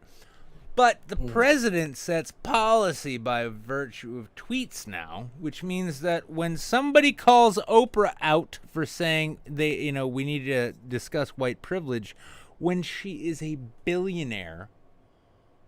Well, yeah, Oprah, you need to check your white privilege, because I don't have a bill. I can barely get $37 at a time out of these people, and you're sitting there talking about white privilege. What you're telling me is money is white privilege. Therefore, I'm not saying that. I didn't say that. I didn't say that. Good. A lot of people, though. A lot of people are saying that. A lot of people are saying that. And if there's one thing that this modern day and age has taught us, is that when a lot of people who you never define or actually identify supposedly say a thing, well, then that's gospel. And so Oprah is now officially white, by the way. Okay. Oh, well, okay. I'm feeling okay about it, honestly. Like, Yeah. It's. I mean, I care about as much about her situation as I did yesterday. Oh, she's still alive? Good for her, I guess. well, yeah, but I mean, can you imagine when Oprah has a mental breakdown because all of a sudden everyone's telling her she's Sean King? What are we gonna do then? What are we gonna do? We need to start hammering out plans. Us, white guys on the internet. We need to figure out plans to protect Oprah from white privilege. And I think we can start with her giving me a car. I think that is a good place to start. Actually, you know what? Let's have her give you the bus and me the sailboat. That's where we're gonna start. Exactly. Okay? That is step one.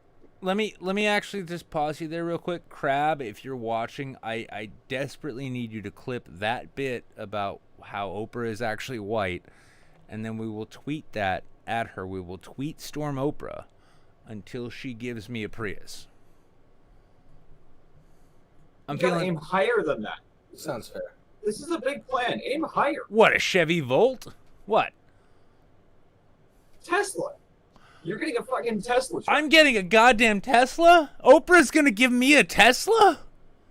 Yeah, sounds Yes, like sir. Crab, I am so proud of the clipping job you did of this show. I mean, I never thought I'd drive a car again, let alone a Tesla. Oh my god. I feel like I should move to Texas right now. I'm just so excited. Oh, now you're all quiet. Fucking Tesla would be nice. And why I was laughing too hard to hit push to talk. Sorry. Everyone's like, you should get a new co-host, and I'm like, why? They're all quiet.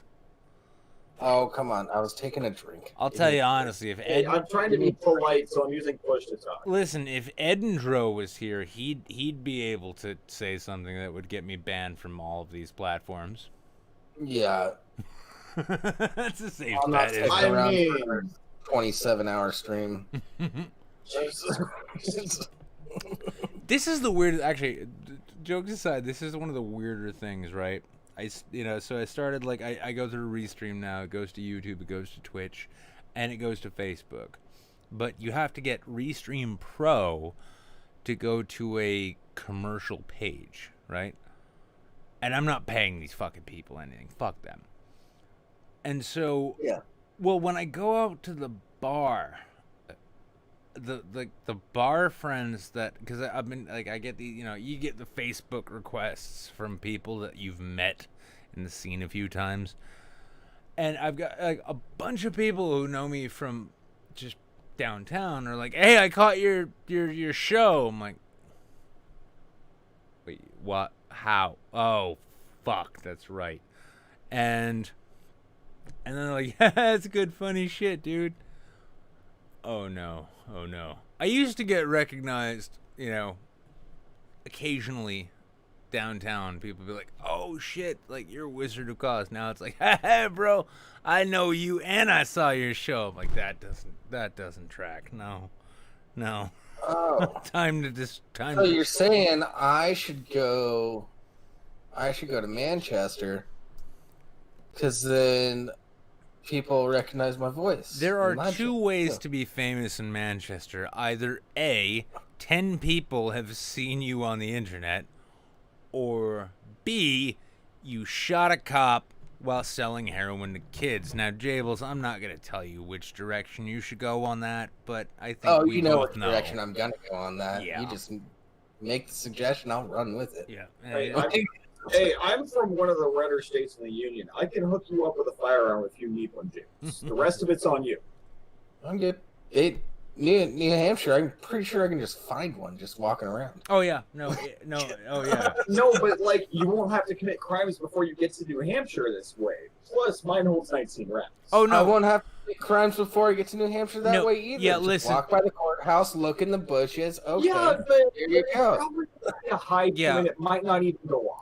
Yeah, I mean, honestly, they send high points to us in the mail with sample packages of Tide here because they still think people need that. Yeah, we got rid of CCW licenses, so now it's constitutional carry. So literally, if you own a gun, you're allowed to carry that shit loaded, cocked, locked, ready to go, and concealed. Which is funny because a lot of people decide to not do that. And they're like, I'm going to open carry. That way everybody knows I have a dick somewhere on my body. I mean, it's a tattoo, but yes, you do have one. Yeah, it's like, oh, well, I mean, like, I used to think that, the tribal tattoo on my neck told people I'm not to be fucked with. But now I carry a fucking Glock with an extended mag and a scope and a fucking laser sight on my hip on a tack holster because I'm tactical. I never joined the military, but not because I'm scared, but just because, other people could do that. And I don't want to do that. That's New Hampshire in a fucking nutshell. So basically, everyone in New Hampshire is someone who pretends to be tough, but in all actuality would probably get killed in a real competition. Oh, well, no, a shit ton of people here do join the military. We actually have, more veterans plates per capita, I think, than most other states. But that's also because the only way you can get out of this dull-ass, aging, decrepit shithole is to join the goddamn military. And it's funny because, you end up, and, well, I mean, you were in the Navy, so, I mean, maybe you'll understand this reference. There's a big difference between pogues and infantrymen. Because, let's say, in the Army, there are two types of soldiers. There is the infantry, and then there is everyone else. 100%. Yeah, well, the thing is, I love, one of the things I've found funny about this state, I saw it in college, I see it out otherwise, too.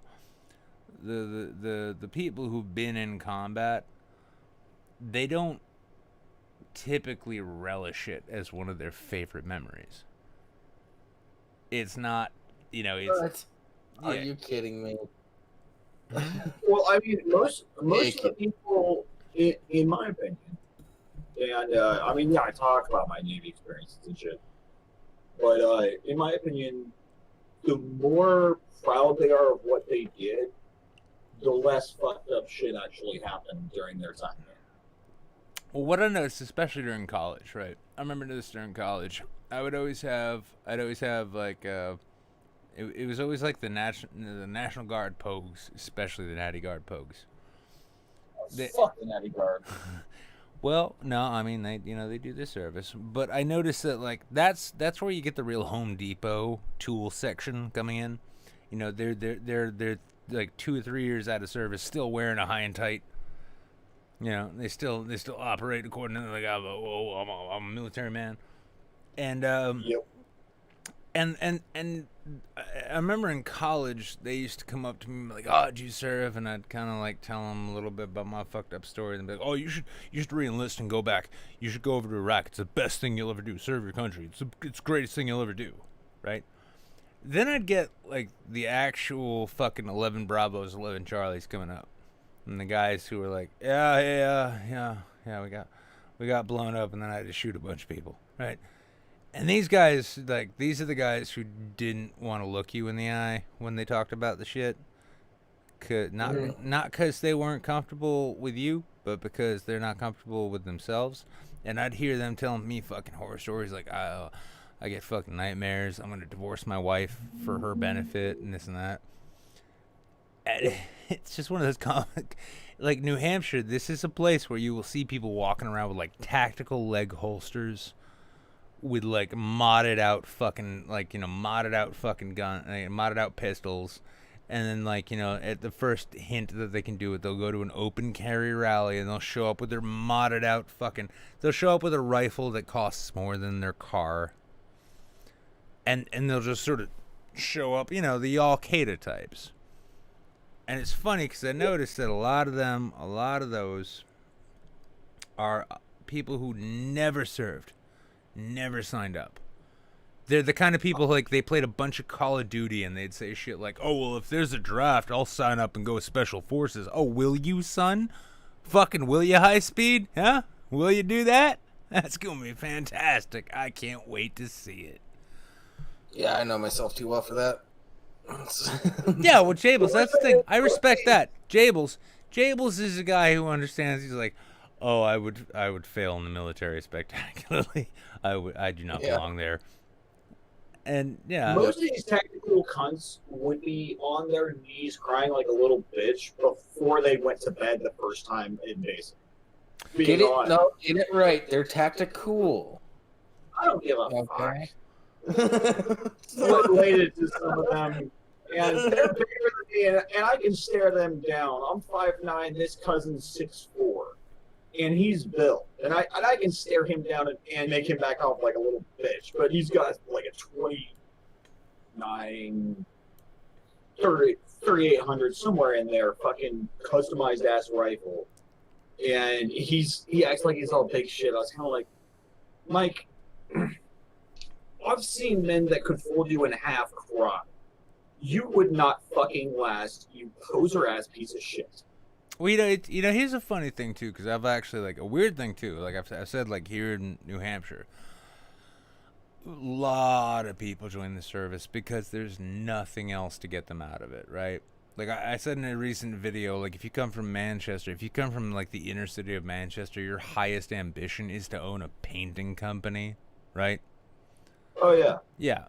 And with that, like, I've met a number of guys. In fact, it's weird. In the course of, like, 1 year, I ended up meeting 4 different,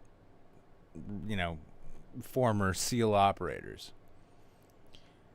And it's a funny thing, like, when you get to talking to people who've not just been in shit, like, your average infantryman, did their fucking year or two in Iraq and, saw friends die and did their shit. But like when you get to those guys who are like, "Oh yeah, no, Navy SEALs, fucking Army Rangers, these people," Yeah, actual killers. Yeah, actual killers, like, they're the first people who will point out that there is nothing admirable about it.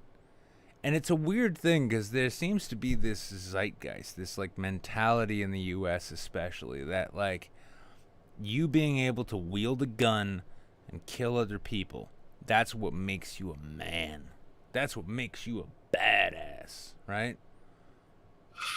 And the thing I've noticed too is, like, a lot of those guys who've been in the shit and who made, like, you know, who made their profession being in the shit, when they come out of it, a lot of them, the first thing they say is like, no, I would never recommend it to anybody, because, like, when you get there, like, when that's what you can do, that's all you can ever do. I can't, you know, they're not gonna go and be comfortable fucking general contractors. You know, because that kind of shit, it's like when you adjust to that lifestyle. And it's weird because you see all these fucking, especially, like, I saw it on Twitter the other day. And I know Twitter's a shit example, but it's a good example of the worst examples of public mentalities. And there was a video about, it was in New Orleans. And I love New Orleans because New Orleans is a town where the people will get together with their noise and their music. And that's how they will put a stop to things they don't like. And there was this, like, landlord who had, like, a fucking bunch of evictions he wanted to serve because of coronavirus. And he was blocked from getting into the courthouse to serve them. I thought that was great. That's fucking awesome. I thought that Yeah. was fucking fantastic. And then I had one person in particular, and I know, like, you know, certain people, they have certain mindsets, but when they came back and they said that's what the Second Amendment is for. First off, I'm like, well, you clearly you don't know a fucking thing about the Second Amendment, dipshit. But secondly, if you're, you know, this is the sad thing, I think, with the American mentality.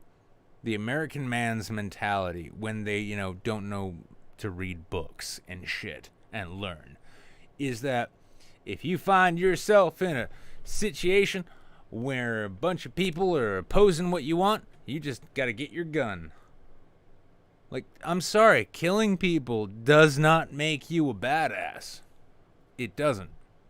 In fact, like, I mean, it basically makes you a monster, or a monster for hire if you're doing it from the word of another man, and you're killing someone who has never actually caused you harm.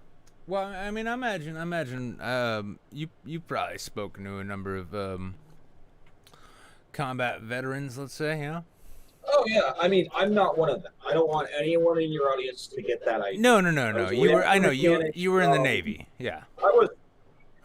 I got driven crazy by not being able to sleep and other, like, weird push past human limits, but I didn't have to kill people bullshit. Well, my thing Okay. is But always, I've met enough operators and heard enough of their conversations and stuff. Like, most of these guys will never not see themselves as some flavor of monster. yeah. This is the weird thing, is like, there's this notion in people's minds, and it's honestly, and this is why I say when it comes to the question of guns, like, America doesn't have a gun violence problem. It just is a violence problem. It has a problem where people think that being a macho badass and being able to kill whoever stands in your way makes you the winner in a situation. But I've met, and you've met too, like, I've never met a professional killer who was either not broken in the head, Right. or deeply resentful and regretful of what they did. The Yeah. vast majority I've met are both. Yeah, and that's the thing, is like, because that's the thing, like, how do you rationalize that in your head? Like, you know, that was your job, and, like, you can't blame them. But it's one of these things, like, I've gotten to a point these days when I, like, you know, most Americans, like, oh, you killed fucking 500 Taliban, did you? Right? I don't revere that. I genuinely pity those people, and I don't mean pity as in, like, I'm pitiful of them, but I mean, I feel bad for those men, because Oh, yeah. they will never be okay.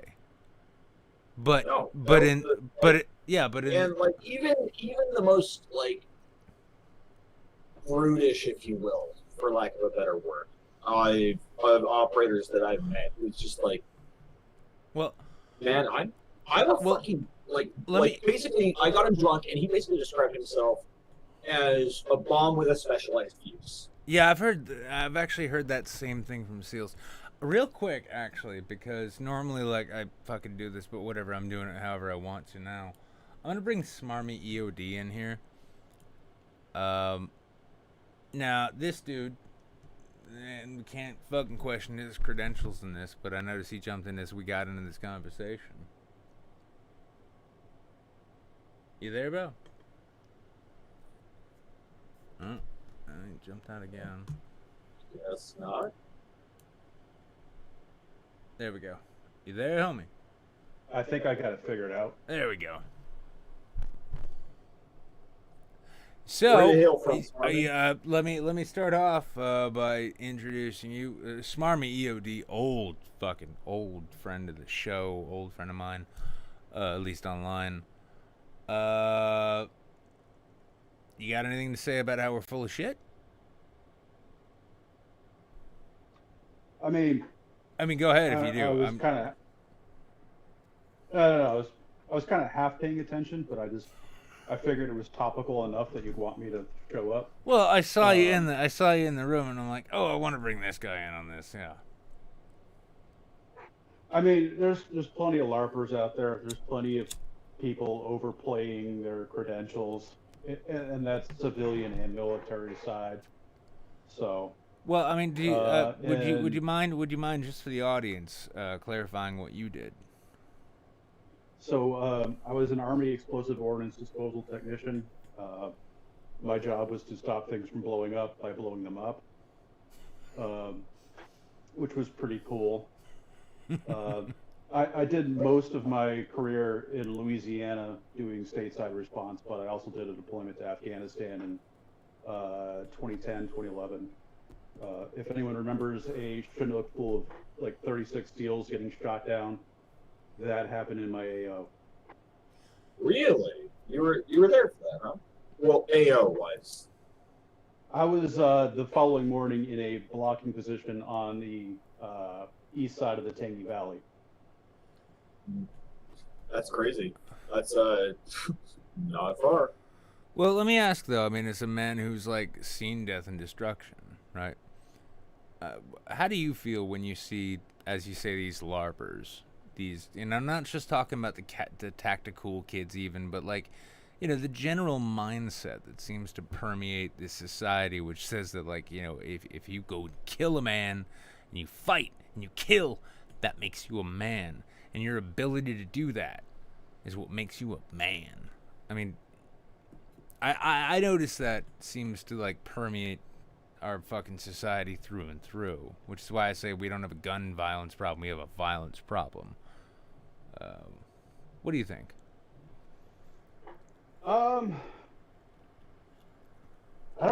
don't know if I've necessarily noticed that, as you put it. What's going on that really worries me is like the brinksmanship that you'll see between like Proud Boys fuckheads and left-wing fuckheads. That really worries me because what we're doing is we're ratcheting up the stakes. And the thing of it is we've got it really good right now.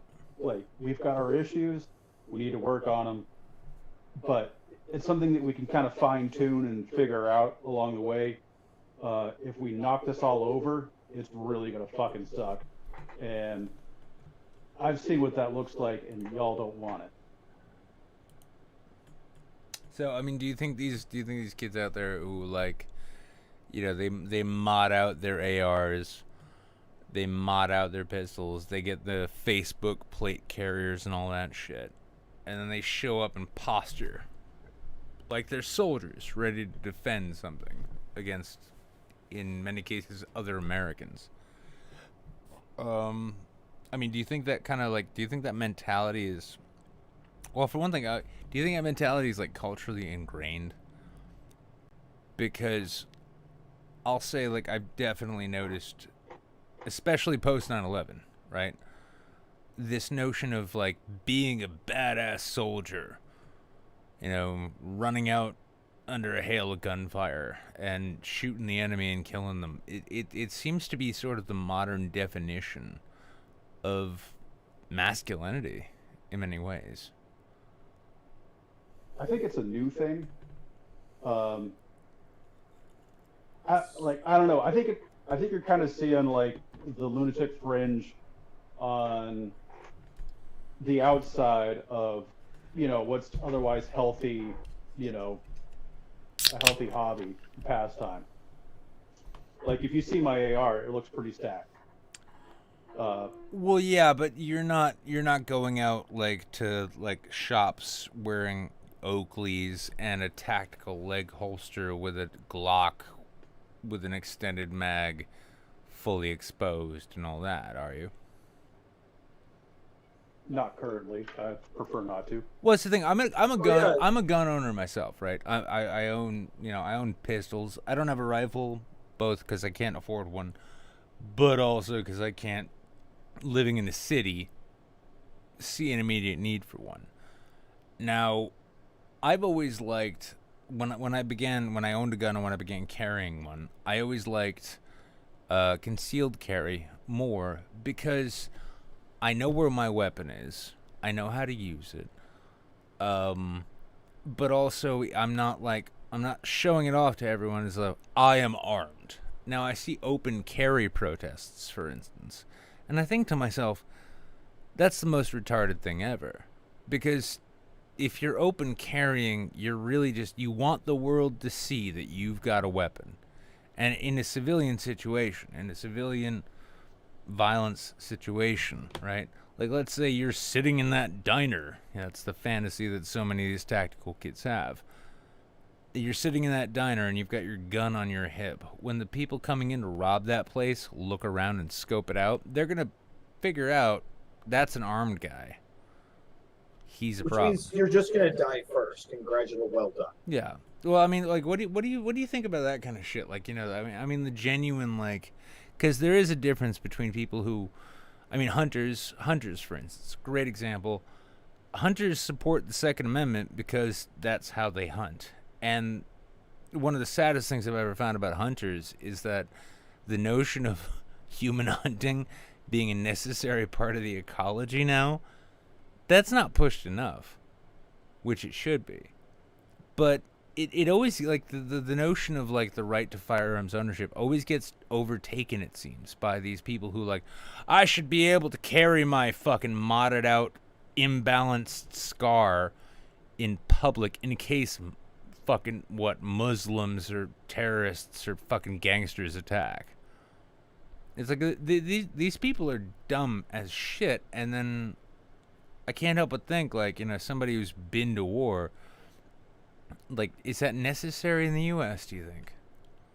Well, I mean, there's a difference between what should be legal to do and what you necessarily ought to do in the given moment. I think open carry has its place, but under most circumstances, concealed carry just makes a lot more sense. And I wish states were better about facilitating concealed carry. Oh, so you like constitutional carry then?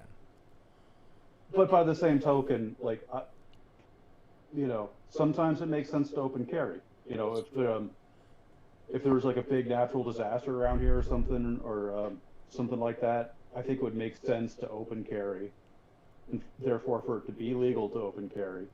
But going to a protest, unless it's like the Virginia Second Amendment rally there, okay, you do an open carry demonstration for that, got it, makes sense. Just showing up at the Kentucky State House, like they did here a few weeks ago. Yeah, or Minnesota, I think, had it too, didn't they? Yeah. Yeah. And then, you know, like the rallies around, you know, since the George Floyd situation, like it's just dumb. I I've been doing some ruck marching, you know that, to try and get back into shape. And Oh, please, the, shame me more. Shame me a bit more, please. but the NFAC rally here in Louisville, one of the last times I was out, that was going on. And just by pure chance, I went towards the college instead of towards downtown, where I would have ran into these chuckle fucks in the opposing rallies. In one, the NFAC people had negligent discharge and shot 3 people in one go. So, Jesus. Well, and here I would be in my Ranger panties, a tactical looking shirt with patches on it, and a military looking pack. Like, people could make all kinds of assumptions about me just by being at a protest like that, carrying frickin' nothing but a coin and 60 pounds or so. well, it's the bizarre thing though, because I've noticed. Well, for instance, there was the Portland Veterans March, right? A bunch of vets, and speaking to 2 of you, we're supposed to worship you all as heroes, but they show up, right? They're not armed, but they're they know, like, shit will go down. I will be ready for it. And that's like kind of dismissed, but then you have like these kids who probably and I say this because I remember like post 9/11, like when I signed up and I went in, there were so many fucking kids, and they were the kinds of kids who think like, and I say this and it's a bit of a side note, but for instance, like when it comes to like weapons interests, right? Like the AR platform is beautiful. It's versatile, functional, usable. The AK platform, it's a war weapon, and there's no getting around it, and it's a good one. But then you get these kids, like, they're picking up scars, right? Like, and those are expensive fucking rifles, and, it's got this, like, dual-sided reciprocating bolt, so if you're trying to hold at the fucking magazine well, that bolt's coming back and smacking your thumb regardless of what hand you use. And it's, I've watched reviews over and over again. They're like, yeah, the Scar, it's a fun gun to take to the range, but I would never take it out again. And you see all these kids, like, Scars, like, mounted up with all of this gear. It's like, do you need an IR sight on that? Do you need it, son? And it's less about the original intent of the Second Amendment, getting, outside of the actual original intent of that. And it's getting to a point where it's more about, I am a badass.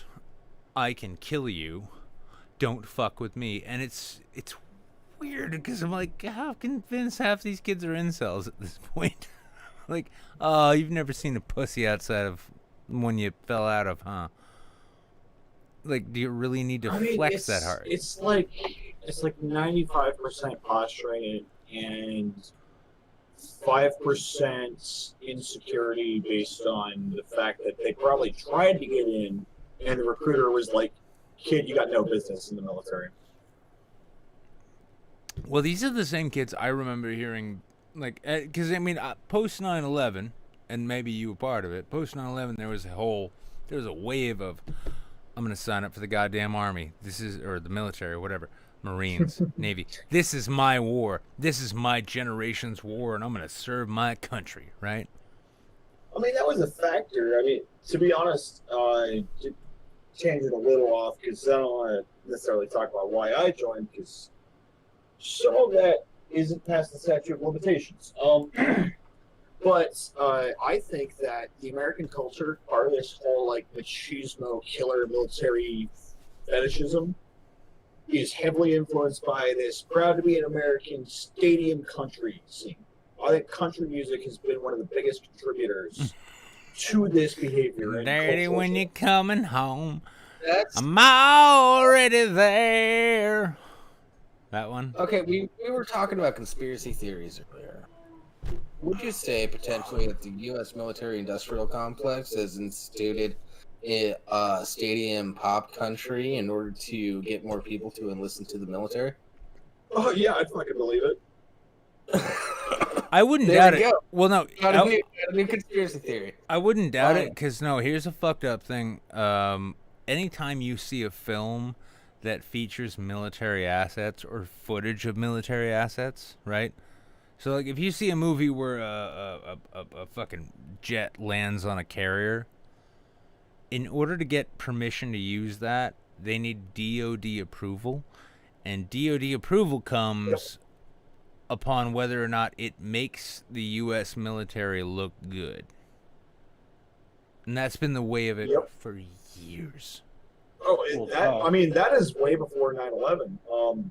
I served with a couple of guys. Now, obviously, way before my time. I served with guys that retired from the ship I was on. That met Tom Cruise when he showed up on Nimitz for Top Gun, and they said it was some of the funniest shit ever. How so? You don't. Well, like you don't get to just drop. He would try to blend in with like the officers on the ship, and like he would actually like try to act like an officer and try to talk to enlisted like he was an officer. And a couple of times, his handlers had to take him away from the sailors because he was about to get his ass whipped. I fucking love that so much. The production people for the Hurt Locker spent a bunch of 2-3 months with the EOD company at Fort Irwin, and they still completely fucked that movie up. So that movie was not good then. Oh, it was hot garbage. The Outpost though, really good. I've heard that. I haven't seen The Outpost. I haven't seen that. I hate the idea that I would watch a movie written about a book by Jake Tapper. It's actually really good, yeah, and the scenery, for instance, it gave you some really uncomfortable feels. See, that's kind of interesting though, because I remember hearing something to the effect of when Vietnam movies were being made, right? That a lot of them, like, because they were coming out, like, especially in the 80s and 90s, and you had a lot of Vietnam vets who were like, yeah, that was a good movie. I didn't like watching it. Like Platoon. It's like, yeah, I couldn't watch that. No. But again, though, it kind of comes back to that thing, though, like, you say that was a shit show, but then you watch The Outpost and it makes you uncomfortable. And I mean, I don't want to drag this show out on this too long, but I guess that's where we've gone. Because we started out talking about how Jake Paul is very, very, very clearly implicated in Ghislaine Maxwell's Epstein testimony. So I'm not saying Jake Paul fucked a bunch of kids. I'm just saying it could have happened. But then we come to something not quite as bad, which is the Afghan and Iraq wars.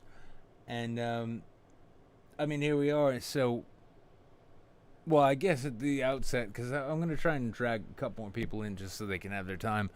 Would you recommend The Outpost? Yes. Can I make a movie recommendation? I guess.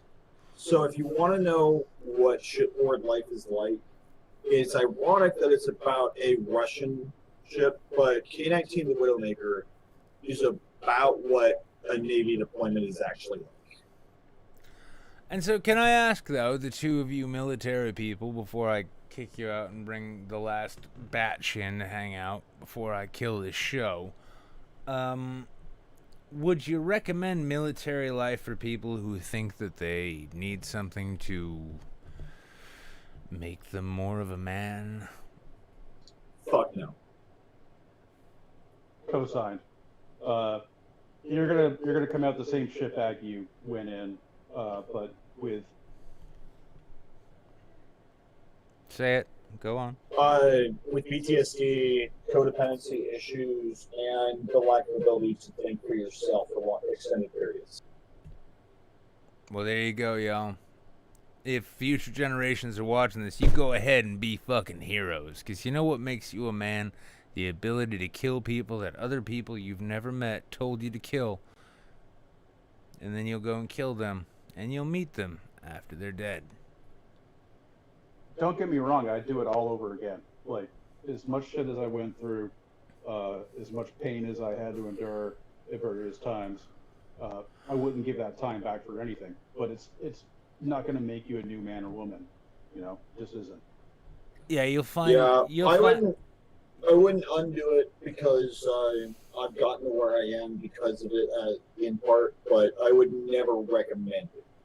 Well, I mean, to be fair, like if my size 11 foot had been given a size 11 boot instead of a size 9 boot to do ITB in, I'd probably say the same thing.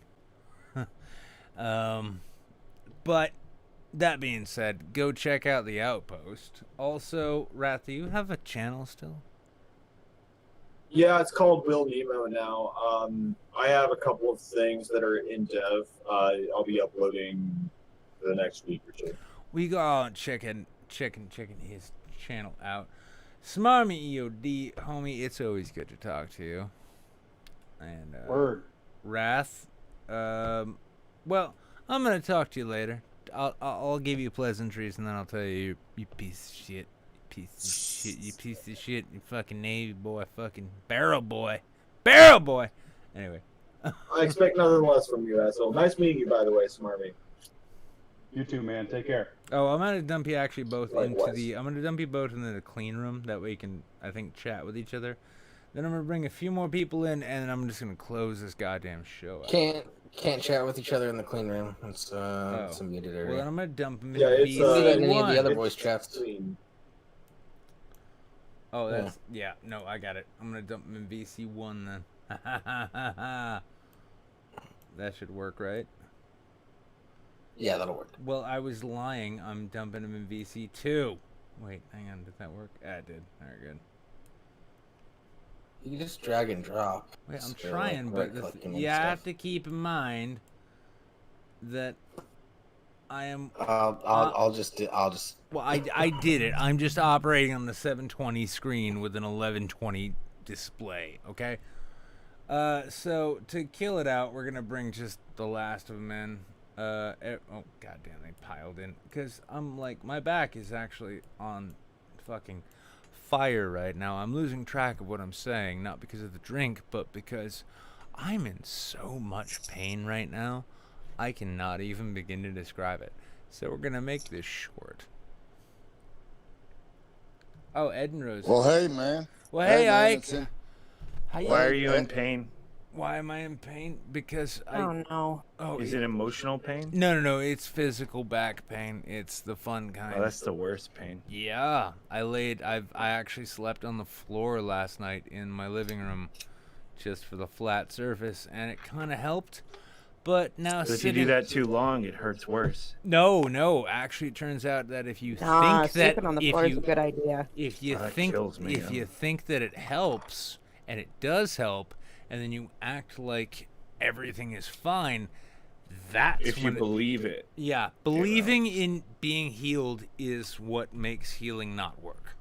Have you tried crystals? Crystal, what? Or have you tried crystals? All we have is It's a strip fentanyl. club. He's not a hippie. He ain't into the Meth. crystal shit. We don't have Not- pilot not stations. meth. We don't have pilot stations here, so it's hard to get. Oh Christ, that's actually a sad thing. It's like crystal is probably hard to get here. Like, oh yo, you got some pain? Fentanyl is the painkiller, right? Oh, I imagine you have some, don't you? See, guys, you know that I'm not completely white trash because I'm not a meth head. So that that's- redeems me in some case, right? Okay, hang on. So Mickey, just so we can clarify, that's what makes us think you're not a meth head. I mean, it makes that's what makes you guys think Sorry, that was my headphones would- unplugging. I would. That's what makes you guys think that I'm not white trash. I would because fucking mainline heroin right now if I could feel better. I just want everyone. And by the way, if you want to send me heroin, I have a PO box. No Wait. one's allowed to send him Don't. heroin or any other drugs for that matter. Actually, no. I'm in charge. Don't. Nope. You're not in charge of shit, Rum but and don't beer send is a heroin to my drug up PO the fentanyl. box. Because that would really interrupt the fentanyl patch fucking string that I've had going on. Fuck. I'm the resident connoisseur of all things delicious and mind altering, and the only I'm liquor sorry, he's I'm- allowed to drink I'm- is I'm- cognac. I'm sorry, what the fuck did you just say? Cognac. Yeah, he's our classy. I just picture him in this smoking jacket and a nice classy. old Mickey, chair. I've been doing this puffing on for a years. pipe and- How do and you drinking get to that cognac. point? What about fancy rum that's been aged into dual cask for 10 years? for 5 Yeah, years? I'll drink that. Send it to me. I did. But there's gonna be Make- nothing classy about it. Make Oh, sure it's you nice. read the. Make sure you read the message I sent you in the Oh yeah, that's right. Streamlabs, Yeah, actually, Nick. I forgot. I gotta get to Streamlabs. Let's see how many people. Oh, it's just Mickey Ficky. The rest of you don't care.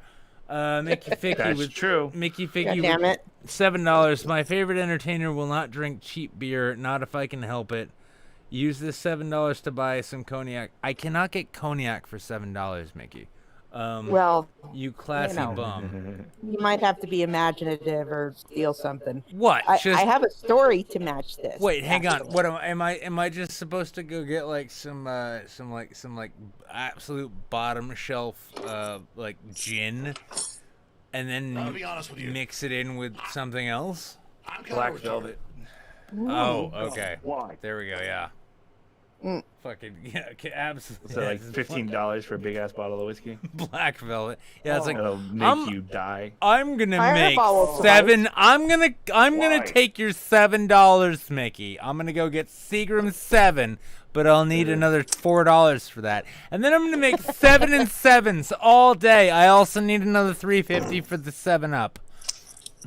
Nick, this is how you harm the liver of a high functioning alcoholic. Saying these words. Oh yeah, because I'm really worrying about be keeping honest that with you. image intact. Right. I'm kind of retarded. I don't need the image, Sounds I like just need the liver to function. Yeah, he doesn't need that either. Yeah, exactly. Like the- Listen. Sounds like the donations are pouring in there, Nick. So no excuse. Well, no, I You only have got to- one donation. just need Otherwise, some hang shit. on. Yeah, I sent you a subscription so you'd never drink cognac. I like cognac, but no, Sean Ma gifted a sub to Sir W Delicious. That's tier 1 month. And then Canuck gave $5 saying, I don't care, but here's another $5. I'll get you more shitty beer. See, look, Mickey, there's a goddamn competition. Now, I've only got, listen, it's the 5th. I've got 3 days now. Yeah, 3 days left until I turn 37.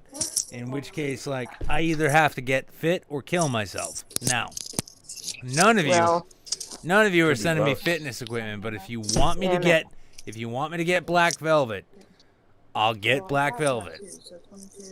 It'll make it all worthwhile.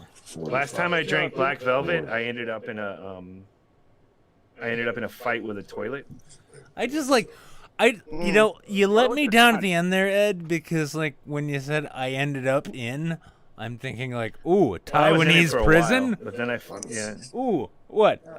The Is fucking somebody having another conversation right now? the While we- Pakistan militia. Shud. Can we- Shud has to mute his mic. Oh, yo, sorry, hey. Hey, you need to shut up. Muted. Don't, No, you hey, don't. Hey, You shut shut the fuck Ed up. up. You shut up, buddy. I just Rat. have one thing to say. Okay. My biggest regret about being in the military was all those motherfucking Toby Keith songs that came out. Right.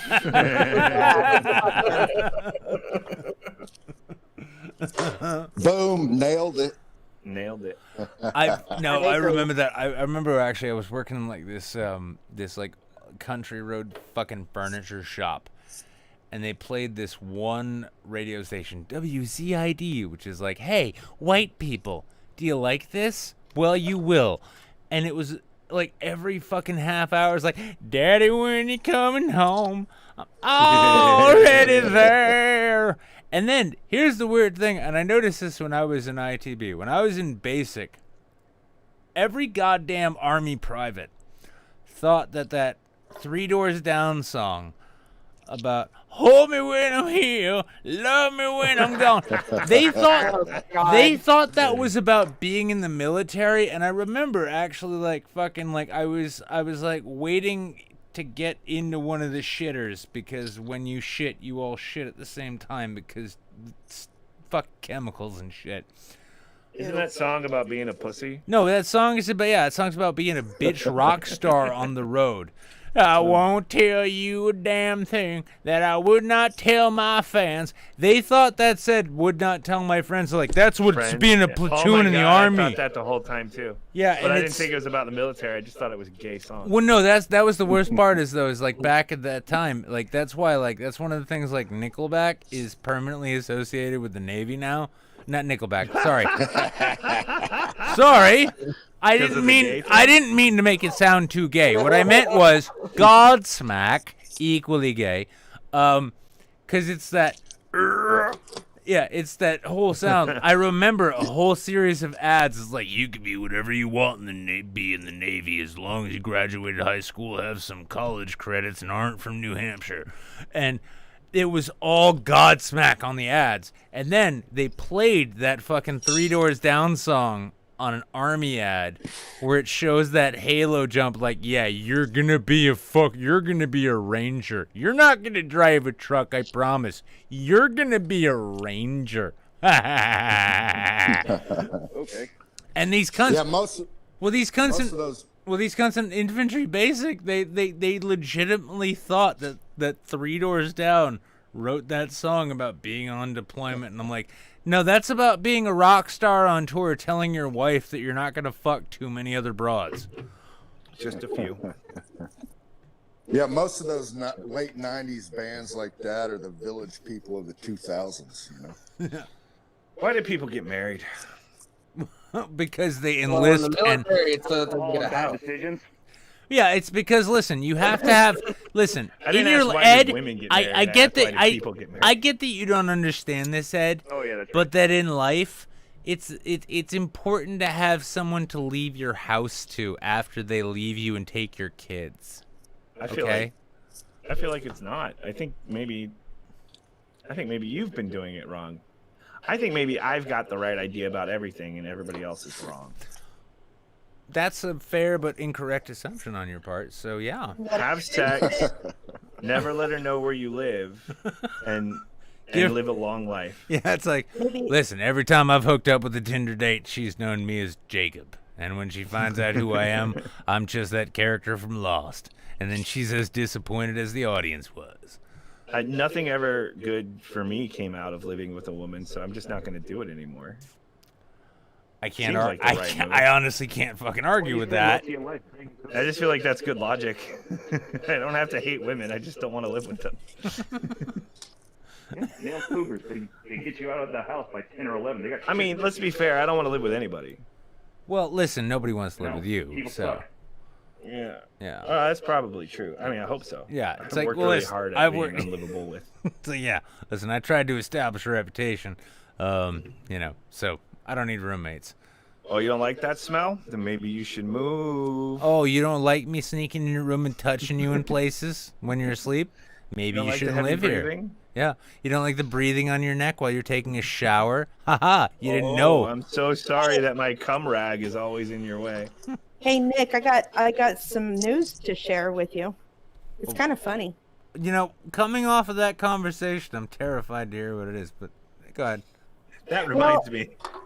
It appears that our Lord and Savior Jeff Bezos has brought his customer service call center to none other than the city of Manchester. Wonderful. To save their lives. Yes. I am going to get a job there. Hiring. Hang on, you're talking about a phone center, like a call center?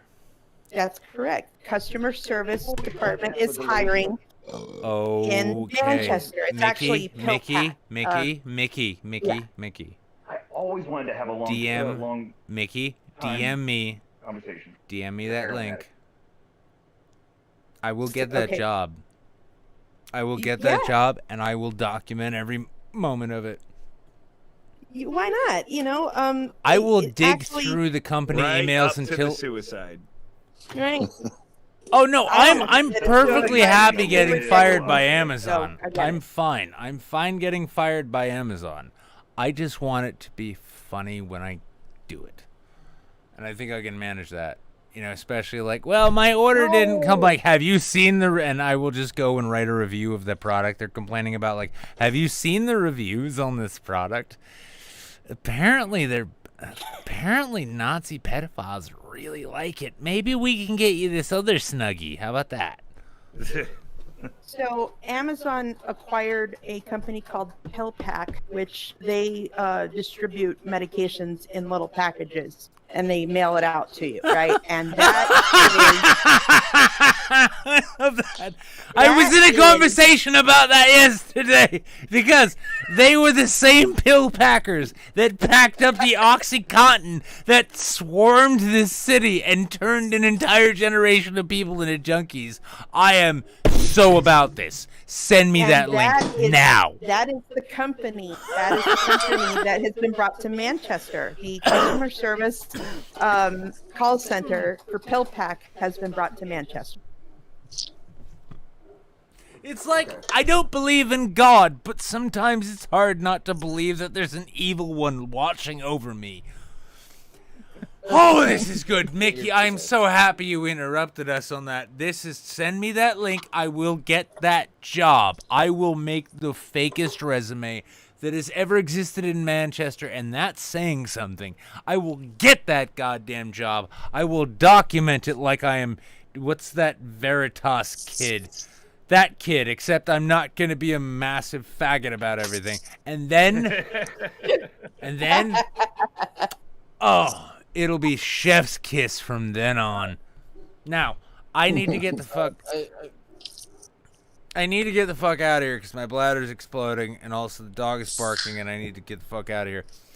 So I'm going to start. Mickey, you gave us the best last word on that. You're going to do that, and everything that happens after that, especially when I have to answer for it in court, is your fault. Jables, what would you like to leave us with tonight? Twitch.tv/Lesser Santa Discord as usual. When? Every Friday, 4:30 p.m. Pacific Standard Time, 7:30 p.m. Eastern Standard Time. And then check out Legion of Skanks podcast. If you want. Fun long bit going on right now. Yeah. Ike, speak your piece, homie.